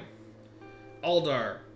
You know where the oarsmen, they're kind of like in the middle, like with a deeper part of the ship, where the oars kind of like poke out the side, in the midship. Perfectly spaced benches reside next to open ports on the ship's starboard port. There's a lone bench at the front of the ship that seems to be meant for someone to dictate directions to the rowers. There are 6 rows of benches, and only half are occupied by men and women just now. Their rowing is unsynchronized. Their grunts are heavy and loud. What would you like to do? I guess we need to synchronize. I'll take the seat. Oh, a little show by doing. I like it a lot. Yeah, you take the seat next to a halfling woman whose biceps are the size of her torso. She's dummy thick. Go ahead and roll me in athletics or performance check, whichever you prefer.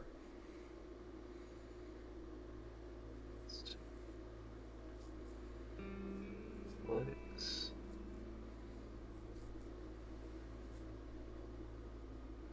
17. You're dummy thick, antler, super arms. You are the fucking Dave Bautista of this ship. As they all see, like in a Rocky movie, Rocky's punching the meat, you're pulling the oar. The oar itself cracks under the weight of your power. As these men and women see you, their eyes full. Is that hope? Motivation? What is it? But your power compels them all as the ship lurches forward as everyone feels it. And in this moment, that pain, you know what it is, because you've been to Planet Fitness. That pain is weakness leaving your body. 2 more days pass quickly without a break. The sea is restless, but not the frothy mayhem of the storm that's passed. Mid-morning on the second day, the crew is summoned again. You're all tired. There are noticeably fewer of you now. Maybe half the number that set off from Luthen's. The captain emerges at the forecastle. Supplies are lower than was expected. We'll be cutting rations half of half. We need to make up time and move faster. Oarsmen will be working double shifts until further notice. Grunts and mutterings obviously linger, and she waits for them to fall to silence. We'll be passing an inhabited island by the end of the day. I'm authorizing the use of the final lifeboat to be used to make it ashore for any crew that does not wish to see this journey through. Any who opt to leave will not be looked down on, nor will they be welcome on this ship again. Those who will remain will build an auxiliary lifeboat to be used in an emergency. She enters her quarters again and leaves, and closes the doors with a loud thud. Dugan pauses for a long moment. You've not seen this happen before. His mouth is slightly agape. Then he quietly ushers sailors to get back to work. The hours pass quickly, and the crew morale bounces back a bit. People are more cheerful. The quarter rations are dealt out at noon and consumed at a blistering pace. Everyone once again make a Constitution saving throw, as you are getting very little of the food and water you need. I don't need 11 out here. 3. Oh, Jasora, you should have had disadvantage on all those medicine checks. It doesn't matter. It's a Maya. Medicine check. Oh no, that was a Maya. Sorry, I got mermaids. I got confused. It's in the hull. Jasora, I have bad news. Yep. All this focus on doing such a great job on the ship, you gain another level of exhaustion. Rude. My speed is halved. I think everyone else is fine. No. Why does she get a level of exhaustion? I rolled a 3. Wait, I don't see yours, Amaya. Am I just not rolled down? No. Do you have yours set to where only you can see it, sir? I don't know. I'm doing it on my phone right now because my computer is being a dick. Oh, well, I didn't see your roll, my B. At the 6th level of exhaustion, just a heads up, you do die. Okay.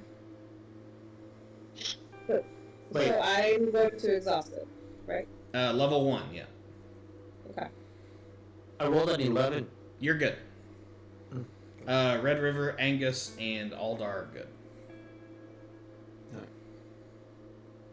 Shortly after noon, a bell tolls once to immense cheering throughout the ship. A seemingly lush and flat island is spotted due east. The remaining lifeboat is lowered as men and women jockey for position. After a few frenzied minutes, the lifeboat is overfull with passengers. Some crew hang along the side of the boat and in the water for the short trip. What do you all do? You see Dugan looking, shaking his head as the little boat loads up. I watch. Yeah. I get ready to, help those punks off the boat. Amaya? Wait, they're getting on the boat to go where? I'm sorry. There's like a little island, not far off. I want to go to the island. This is a one-way trip. I was gonna say the island is so that people Wait, leave that's it. permanently. That's the people that want to leave forever and ever and ever. Yeah, One they're- defect. You can get off the ship, no hard feelings, but you can never come back. You know that feeling where somebody cuts you off, but they didn't even realize they cut you off because of the cell phone? And you catch up to them later, a light later, and then you nod in disapproval, Yeah, and they know. it's that. That's what I'm doing. It's that. I'm gonna help out. I'm gonna lower the boat. But you're looking at it, but yeah. Yeah, you cut me off, bro. They see it They all the need to know time. this. Wouldn't it be better that they're getting off because it means we have not necessarily more food, but it means that our supplies could potentially last longer. Yeah, Yeah, I like how you like the game. Yeah. Plus, I like some of these fellas. You know what I'm saying? I mean, it's sad to see them go, but it's not like a big deal. Yeah, yeah. But I still like, it's not a weird satisfaction you get from nodding after somebody kicks you off. Doesn't solve anything.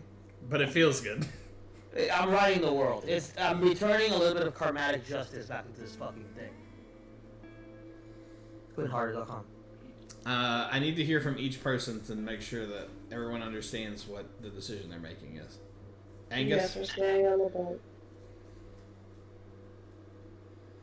I'm scouting Terry down, so we're good here. Aldar? Yeah, I'm just looking. Among those who stay are Terry. Fuck yeah. Dugan, obviously. Fuck yeah. HR, unfortunately, did leave. He did? Yeah, HR quietly crept into the ship and not making eye contact with anyone. He was the first one on the boat. Yeah, he was like, "Oh, I'll help you boys lower it down." And the last person you see with you is the orc with the peg leg. He's staying. Peg leg orc. They call him Peglin now. Because everyone on the boat's an asshole. You watch as the little boat slowly shrinks over the horizon before Dugan orders those who remain to new stations. Carpenters or anyone who knows anything about wood, start building another lifeboat. Everyone else, get to work. You're all become, like, you no longer have singular jobs. There's no room for, like, deck swabbing or cooking or fixing sails. Everyone's doing everything. Dugan himself mans the wheel, since there's no yeoman, as he shouts orders. The sails are released to full as the wind is caught. The night passes with a skeleton crew manning the sails, some of you among them. Everyone roll 1d20 straight. Just a straight up 1d20.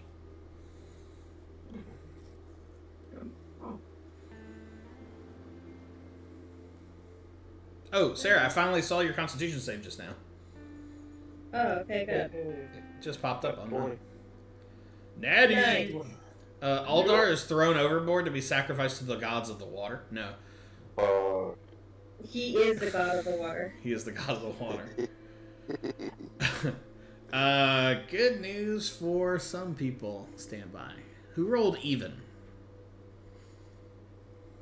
Oh, and odd. Not only did I roll odd, I also Even. odd prime number. No. Jasora, Angus, Even. Aldar. Yep. You guys settle in for a good night's sleep. Yay. However, Amaya and Red River, you are needed to command the sails through the night. Go ahead and make a Constitution saving throw yet again. Here we go. Uh-oh. This bullshit roll. 8. Both of you take 1 point of exhaustion. Oh, no. Those who Where do we roll rested, that? Jazora, Aldar, Amaya, go ahead and roll a Constitution saving throw. Oh, not What do I Amaya, think I'm is sorry. Arsenal? It's at the top right on conditions. You're going to mark, it's at the bottom, exhaustion +1 to whatever. Oh, you I have. got it. Am I rolling? Yes. Even though I'm If lower. those who rested, Awesome. you're going to do it, but you have a better odds of success. Rolling 18. You are good. Can I 17. take down? Do I go down in exhaustion or no? No, you stay where you are. Well, you Wait. get no. There's full rashes down. Yeah, you go down one. Yay. Angus, you do not. You get a level of exhaustion. Alright. Are we rolling again for something? I'm sorry. No, the other people rolled. You're good. Oh, okay. This happens again the following day. That exhaustion or that constitution kind of counted for both days. On the third day, a darker storm looms northward still. The air is turned from a slight chill on the breeze to utterly frigid. Your damp, salt-soaked clothes barely guarding you against the cold. Dark clouds grow larger in every section of the sky, yet no rain falls. The occasional flurry of snow is the only precipitation. Lightning is seen dancing between the angry clouds. All your garments are frosted on the ends after just an hour on deck. The sun's brightness is thoroughly obscured as day and night are impossible to differentiate. Near what must have been the end of the next day, the bell rings twice loudly. A ship is spotted somehow from the crow's nest. A halfling calling out, "I seen swinging lanterns sternward." Stern, for all of you, as you know, living on the ship, is behind the ship. The spotter squints from above his perch, but no crew can see anything. Certainly not lit lanterns. The captain emerges, cutlass dangling at her side. She orders sails trimmed and combat stances ready. She orders lanterns quenched as a chill mist hangs in the air.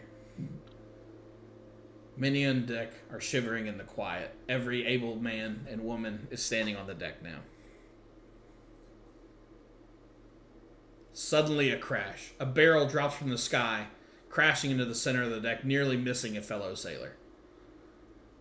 Inside the barrel appears to be a broken humanoid form. It's not long until... I need sound effects. Several more barrels crash into the deck. Persons inside falling in twisted and broken fashions. The orc Peglin moves to the bodies to inspect it. And in a flash, its crumpled form reaches up and digs its teeth into his exposed neck. Roll initiative. Oh, damn. And this is where I'd play cool combat music. Da da da da da. 19, son. Da da da da da. Pull up. Pull up, son. Pull up, son. 19, son. Pull up. What up? The people who were resting able to short rest? Or no? Wait, what? You sound People who were weird. resting in the boat? The people who are resting, do they do something? Give it to me one more time. Maybe. What is? We're already well rested. I think you just have a level of exhaustion, which they. Yes, yeah, you're rested. You have all your health, but the exhaustion's gonna Yeah, stay with you. we've long rested. You want to get a good, clean night's sleep, and you've just not gotten that, unfortunately. Oh yeah, we're doing initiative. Red River rolled like a 56. Yeah. Pull up, son. What did everyone else get? I don't have the thing in front. Oh yeah, A 6. that's not very good. No. 17. Angus is Sharpen. fucking here to rock and roll. I'll be sharpening my trident. Word. What are we fighting? What are we You're fucking fighting? you're not sure yet. It It's doesn't. daytime or nighttime? Seems bad. Yeah. My initiative roll was a 1. I'm showing a 10. No, that one's wrong. I thought I didn't do it, but I did do it. It just didn't tell me that I did it. I'm sorry. Oh, I see it. I see it. On my You see what I roll. mean, then? Yeah. You double pressed. Aldar got a 14. And my friends. Let me roll for my friends.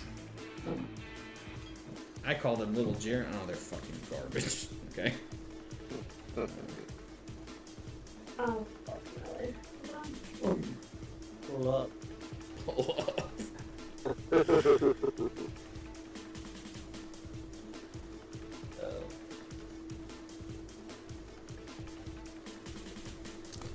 You see these humanoid creatures all start to get up from their broken spots.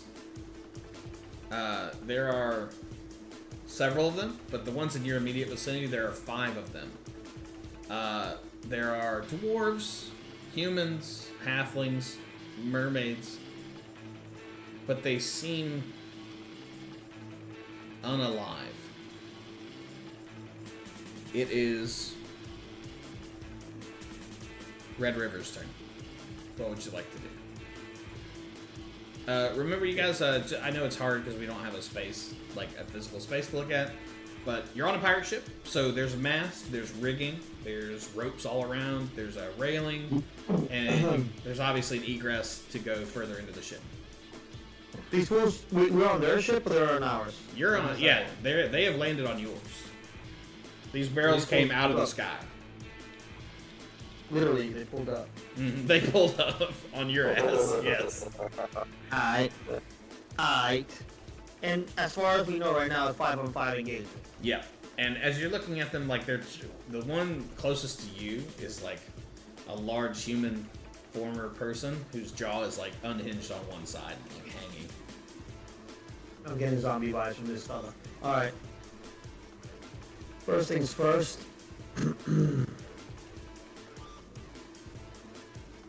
And Peg one is he's currently being like eaten by one of them, or like bitten by one of them. Oh, he's getting it? Peg's getting that sweet juice in the neck, yeah. Yeah, no, that's not cool. That's not what you want. Alright. That's not the move. Fuck, man. Alright. I'm gonna go middle of the body, torso shot for the guy that's going for Peg leg. Which in my head I call Peggy, you know, but I sweet Peggy. Yeah, I don't wanna worsen his situation with the crew, so I don't call her that. But and so you're attacking the one that's hitting Peggy? Yeah. Okay, go ahead and roll him, but he's only like 15 feet away. Yeah, crossbow him the fucking thing. And the sea is fairly calm right now, so like it's not like thrashing too much right now. So go 16 center body. Oh yeah, that's a clean hit against these nasty boys. Or 5 hit. Yeah, you put that thing through his chest, and he barely noticed. Like, he is damaged, but he doesn't like look up at you.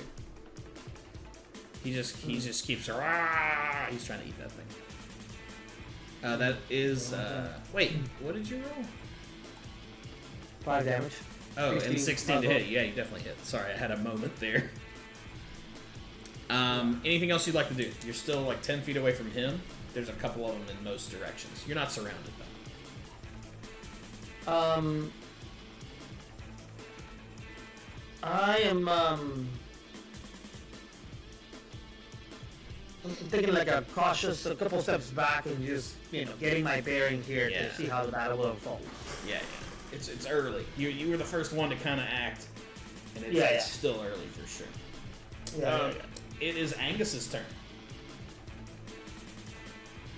Can I ask a question about dynamics here? Yeah, for sure. I would like to reinitiate a reload because I shot that bolt because that's the one I had there. Mm. How do we handle reloads in this situation? Is that something I do when I shoot next? I think I think it's a free action that you can do now or next. Okay, so we'll handle it. Some more complicated, like shooting weapons. Battle dynamics? Yeah, they have like a load thing where it requires like an action to load it. But in my head, it's like you're a trained fighter, so like you more or less like automatically put another bolt in there and start pulling it back. This is your business, yeah. Yeah, this is your dude's fought people before. But if it was like Sarah's character, who I think is not proficient with weapons, I might be like, yeah, you kind of like stumble with putting the thing back in. But it is Angus's turn. I would like to. What's up? Oh, sorry. Oh, that's what it was. I was like, why does Angus sound weird? Or Bahoo, Jesus. I'm so deep in character, I forgot your actual... His actual not real name. Yeah. Can I like go into stealth mode and try to hide? Yeah, Go for a absolutely. sneak attack next round or something. As you're looking at them, it kind of doesn't even seem like they noticed you yet. Like, these things do not seem like they're fixed on anyone. They're just kind of standing there, kind of standing up from being crumpled on the ground. Yeah, let's like sneak, like, and try to hide and get behind him. So it's more or less an open deck. Maybe there's some barrels around you can hide behind? Yeah. Roll me Hop in a a barrel. stealth check. Yeah, you hop in a barrel. That's adorable. SolidGearSnake.com. Yeah. Yeah, you see two little feet walking around. 21. You are extremely hidden, but the barrel you jumped in used to have fish in it, so you kind of just smell worse than you did before. Oh, good. Is there anything else you want to do? I mean, you don't have to. You're Can I hidden. hold my action to like help somebody, like or attack something if these things get closer with my bow or something? I feel like is hiding an action, or is that a bonus action? Probably. I don't know. I don't either. We might have to just Probably an decide. action. Oh wait, actions in combat hide. Yeah, so that's the only like major action you can take this turn.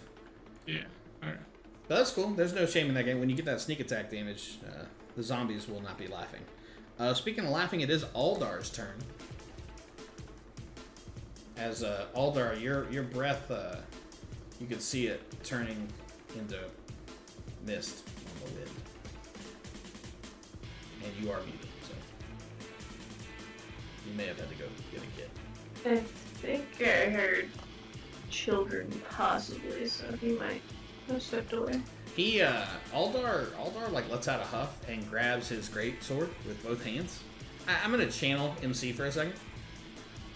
He is going to rage, and he's going to walk up to the zombie that's eating your associate with the peg leg, and he is going to stab at it with an arc of rage, and rolls a natural 20. That'll do. Maybe I should do all his rolls, because he chops this fucking zombie's head off. He kills the zombie that was attacked by Red River. Its head sloughs off with a kerchunk, a satisfying kerchunk. But wasn't it already dead? It gets even, you wouldn't believe it, but it gets even more dead than it was. Isn't that crazy? Crazy. That's wild. Let me make sure it has some weird rules. If reduced to 0. Oh, okay, yeah. He can't, it dies. It slops over and never gets up again. And Aldar screams angrily. It is Jasora's turn. Who is muted.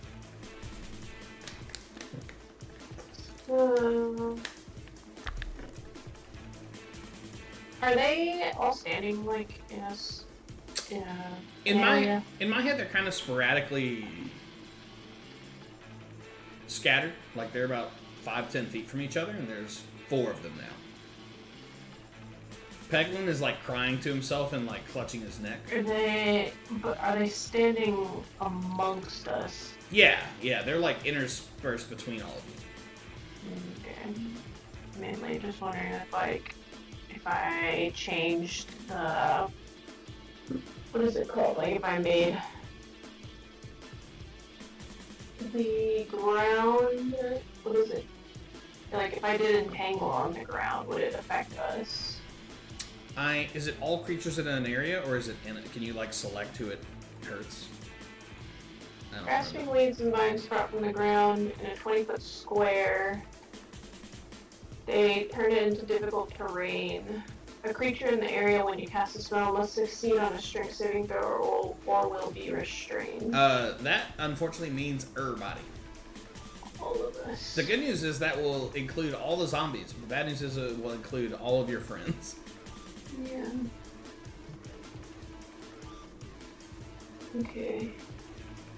I'm sorry, I didn't mean to confirm there were zombies. Damn it. Then I'm gonna cast Thunder Wave. If I'm able to do it at maybe like 2 of them, as long as I'm not hitting my own people. Yeah, you can definitely line up an angle where 2 of them are. Matter of fact, it's 2 of them near the side of the ship. Sorry, what were you saying? Okay. Yeah, I think it's a Constitution saving throw for your people. Oh, well, these boys are not very well constituted. Let me go ahead and Yeah, roll. it's 15 foot. Oh, they actually are. It's Originating. the only thing they're good at. What? God damn it. They rolled a 3 plus 3, 6. That's not going to do it. Nope. They would take 2d8 thunder damage and push 10 feet away. Oh shit. That's got to be your like one of your spell slot spells, right? It is, yes. Let me know what the damage is. 2d8. Mm-hmm. Rolled it, bones. Oh, I'm rolling? Yeah, it's your shit, bro. Whoops. Oh yeah, I'm an idiot. Sorry. Well, let's be kind to ourselves and others. I haven't done this in a while, you know. It's been a minute. 6. You Should I roll again for the other person? No, we're gonna do the same damage. Okay. You step between them and do some like Naruto hand gestures and whisper some ancient merfolk under your breath. Mm-hmm. And a wave of yellowish thunder erupts from your hands, sending 2 zombies overboard. Nice. It's cool as hell, and your eyes turn a bright yellow for a moment. Hell yeah. It is our friend. Oh, it's my zombies. I mean, it's these guys' turn. They're gonna roll, and they are going to. That's funny. There are 2 remaining zombies, and they kind of like stumble towards the barrel that Angus is in, and kind of scratch at it. And it is Amaya's turn.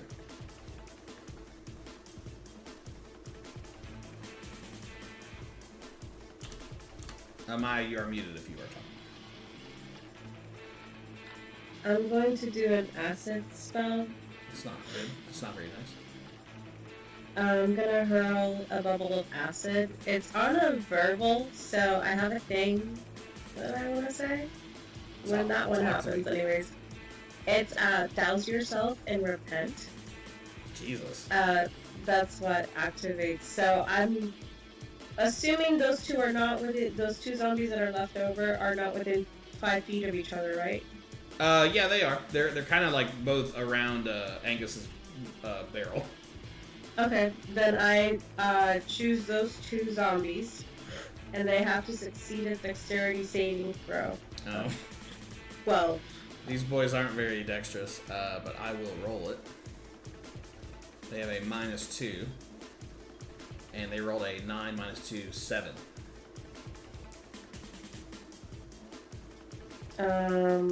Okay, take 1d6 acid damage. 3 damage.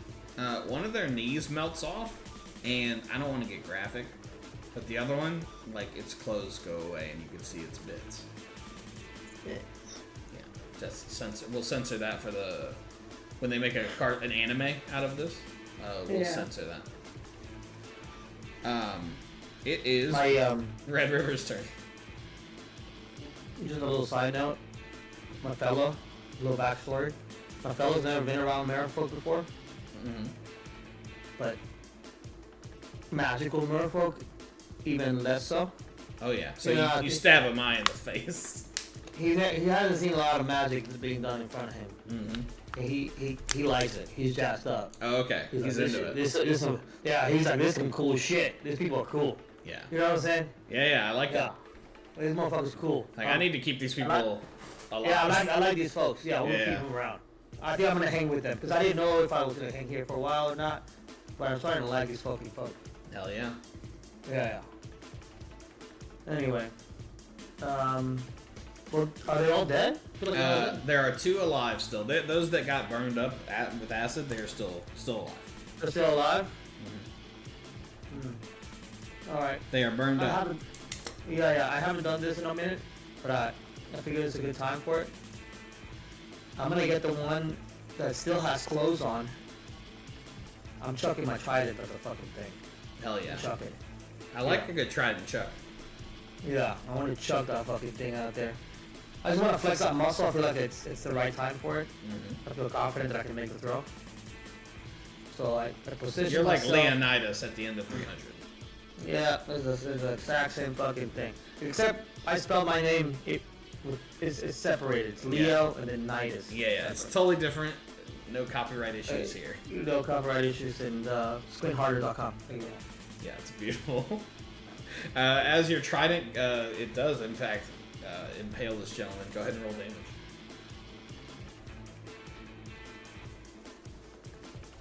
Motherfucker. 8.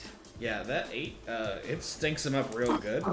It like knocks him to the ground, but he is still alive. But it leaves like a suckling wound that is disgusting to both describe and imagine. Yeah. It is Angus's turn. Angus, you are in that barrel. They do not see you, but there is one right next to you, and there's one on the ground next to you. And you smell like a I'd be fish. able to poke my head out and stab one of the fellows next to me. You do it, and it's cartoonish in that like the top of the barrel fits on your head like a hat, and it's hilarious. Everyone agrees. It's hilarious to do that. You will roll with advantage with your attack. So.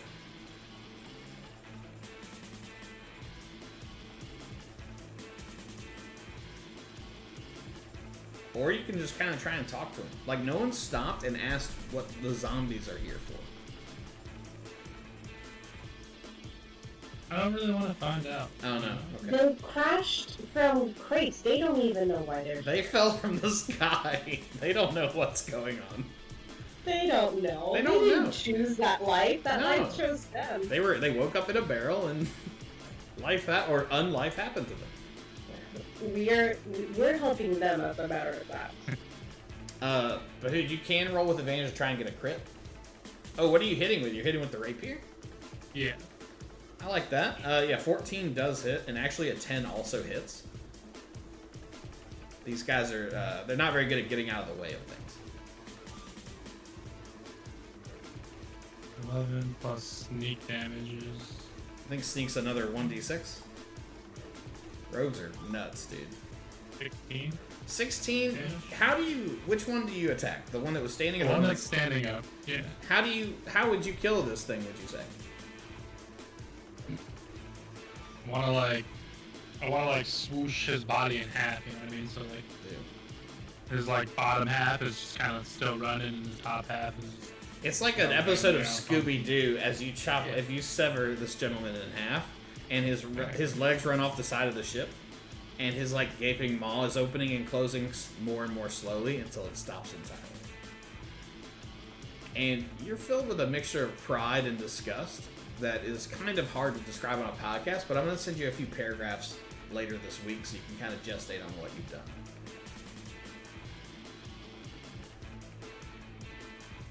But that zombie is dead. And it is Aldar's turn, and if MC's not here, I will happily Aldar I'm back. it. Oh, you crit murdered a zombie last turn. I was there in spirit. I could hear you. Oh. I didn't say anything. That's okay. I felt your presence. I felt you through me, if that makes sense. Yeah, thank you. So you heard everything we said about you? Yeah, did you hear all the bullshit we yeah. were talking? Okay. Yeah. I heard it. Yeah. I heard it. Yeah. We got 2 new sponsors. Yeah. Zombie Kill of the Week. Black Rifle Coffee has stepped in. We got legit sponsors now. Fucking Visit Australia was always a legit sponsor. Looks at camera. There is one zombie left who is heavily damaged with a trident impaled in his torso on the ground. And you see the crew, I should describe this real quick. All around you, the crew is fighting their own zombies fiercely with yells and hollers. If I had like a studio, you would hear that. Ah! They say. Could it be, instead of yells, can it be hoot and collars? They hoot and they holler. Yeah. But Yeah. the fight with the crew is not going as well as you guys fight with your group of zombies. I'm sorry, creatures. Damn it. Not zombies. Yeah, definitely not zombies.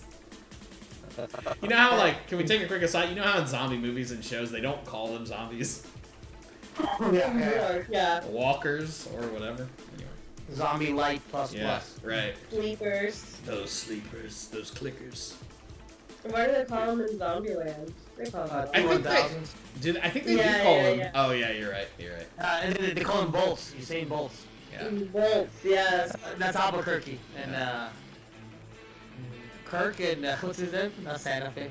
What's his other fucking name? Just Jesus Christ. not Sarah, Tallahassee. stay tuned for Friday evenings when Sarah and JP do a deep dive into the Zombieland movies, just over and over. The podcast. That's a different Companion podcast. Yeah, companionship podcast. They have a watch along where if you hit play on the podcast and on the movie, Sarah and JP do commentary throughout. Fucking people with live son. Sorry, Aldar, I went down a dark path. No worries. What would you like to do?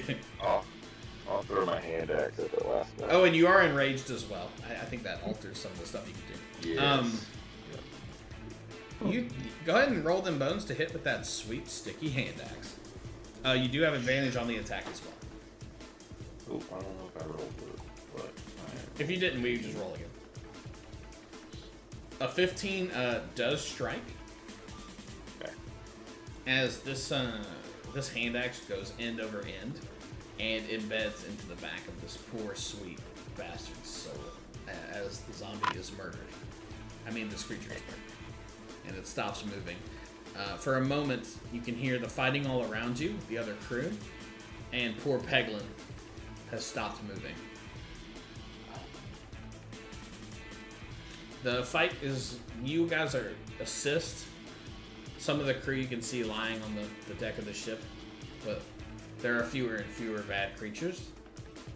And a dark fog intensifies on the ship as the last zombie falls. There is weak cheering among the survivors, but it stops as a loud thud, louder than anything you've heard, hits the starboard side of the ship. Moments later, a tentacle appears above the railing, and then another. Another ghoulish tentacle pulls a festering mass onto the deck. Much of its rubbery, deep purple skin has been torn away to reveal rotten, writhing, gray muscle underneath. A giant zombie octopus smells of tepid seawater and rot as it opens its gaping maw of spiraling teeth. And that's where we're going to end tonight. oh, yeah. In my head, as you were reading that, Mm-hmm. I was hearing the Halo theme song. Yeah, vocalized by maybe an angelic choir. Mm-hmm. You know what I'm saying? Oh, yeah. Slow down, Yeah. mist in the distance. Yeah. Norwegian school children is what I was picturing. Yeah. Yeah. Yeah. Orphans, all of them. Orphans, yeah. Yeah. Birds don't have teeth, they have feet. Sarah, this is a special creature. That is super creepy. How dare you? This is not the creature mechanism. This is the production level of the sequence. This is a made-up. When they are adapting this, I want to give them vivid imagery. Yeah. It is very vivid to picture a squid with teeth. Like It's fucking scary. It's scary, isn't it? I'm scared. Now I'm picturing it like they're like in a circular. The teeth are in a circular motion here. Oh god. And every row is in a different circle, so it's like circles on circles. It's scary as hell. And they're like rounded teeth. And then it's got like 6 tongues in there, and it's like, ah! Yeah, it's spooky. Big tongue. It's gross. Well, I'm not gonna be able to sleep. You're welcome. I'm gonna end the stream here. It's been a pleasure. I have things to read here. This is The Scattered Sea, a Cousin Chat production. Follow us on youtube.com/cousinchat. Follow us on twitch.com/cousinchat. Have a question? Drop us an email at cousinchat@protonmail.com. It's your question, why is protonmail.com your domain? It's the first one I googled. Pull up. Any more questions, you send them to that email I just mentioned. But really, good job tonight, guys. That was great. Bear with me. This is like the prologue. The true adventure will start soon, assuming any of you survive. Okay. I have some gym folk that play D&D, and I was telling them, oh, we just started this, Mm-hmm. and then I got jazzed up, and then I was like, have you guys ever played what was it called? Not Seafarers. Seafall. Seafall. Yeah. It's Seafall Legacy, and they're like, "What are you talking about?" And I said, "Oh my god, motherfuckers! Wait, hold up, take a seat. Everybody, take a seat. Everybody take a seat. It's story time. Fucking No. great." That was fucking fantastic. I have an unopened one in my car. I praise you for that. That's gonna be worth a mint, son. Yeah. We're gonna I'm at the gonna order a retirement new one. home. Go sort of- We're gonna play at the retirement home. God, man. Can I tell you guys a little bit about this just for a second? Please. MC, have you heard about this Seafall? Sweepy? The Hood? You guys know what Oh this is? yeah. I've heard you guys talk about it. Yep. Think Motherfucker, so? man. Okay, never mind. I'll spare the details. But I love that fucking thing. The It's, experience is fantastic. It's basically it's a pirate themed board game that is like it's layers and layers. It's like it's pretty rules intensive, especially near the end of the game when you've got like 20 layers of rules and stuff. But it's a good time. It's Yeah. Was this Every the time one where you guys could rip up the cards yes. Yes. that you made? Yes. Yeah. So like you discover islands and like shit gets destroyed. Like it's Rename people. Yeah. It's fucking fantastic. that we stopped playing that game what 3 years ago, Yeah. and I Yeah. still That's what remember Victoria Von Victoria, first of her name, That's fucking phenomenal. Yes. and the mischievous the HMS Mischievous Badger. Badger, yeah. Serious There's a Badger. fucking as you're completing things on this fucking thing and discover like once you discover 3 islands, open chest number 2. Yeah. Once you do this and defeat the evil captain and find the treasure, open chest number 7. Yeah. There's a fucking part in there Like- where we're opening a chest like every maybe 1 or 2 chests a month, and then all of a sudden these fucks they go open chest 11 and we go okay whatever. So we open it at the end of the game, and it has a fucking little like black light flashlight thingy with a purple light, Yeah. and it tells you there's a secret society running this whole fucking thing. To figure out who's in the secret society, shine the light at the cards, at specific cards when you get them, and it'll tell you if they're part. And you're like, what? And the you've been working and naming different people to work like on your ship and stuff. And then you find out they're in secret societies, and then they have numbers, and you have to look that up in a book. Like it's Double It's agents. fucking cool. it's Yeah. it's not for normal people. I'm not saying that like it's an uppity person. I'm saying that it's like any normal person would stop and be like, this is too much. I don't want to do this. Yeah. But it's pretty serious. Yeah. This episode brought to you by Seafall. You can probably maybe get it cheap now. I don't know, but it's great, and you should play it with your Seafall Legacy. play it with your friends. Seafalllegacy.com. Love you.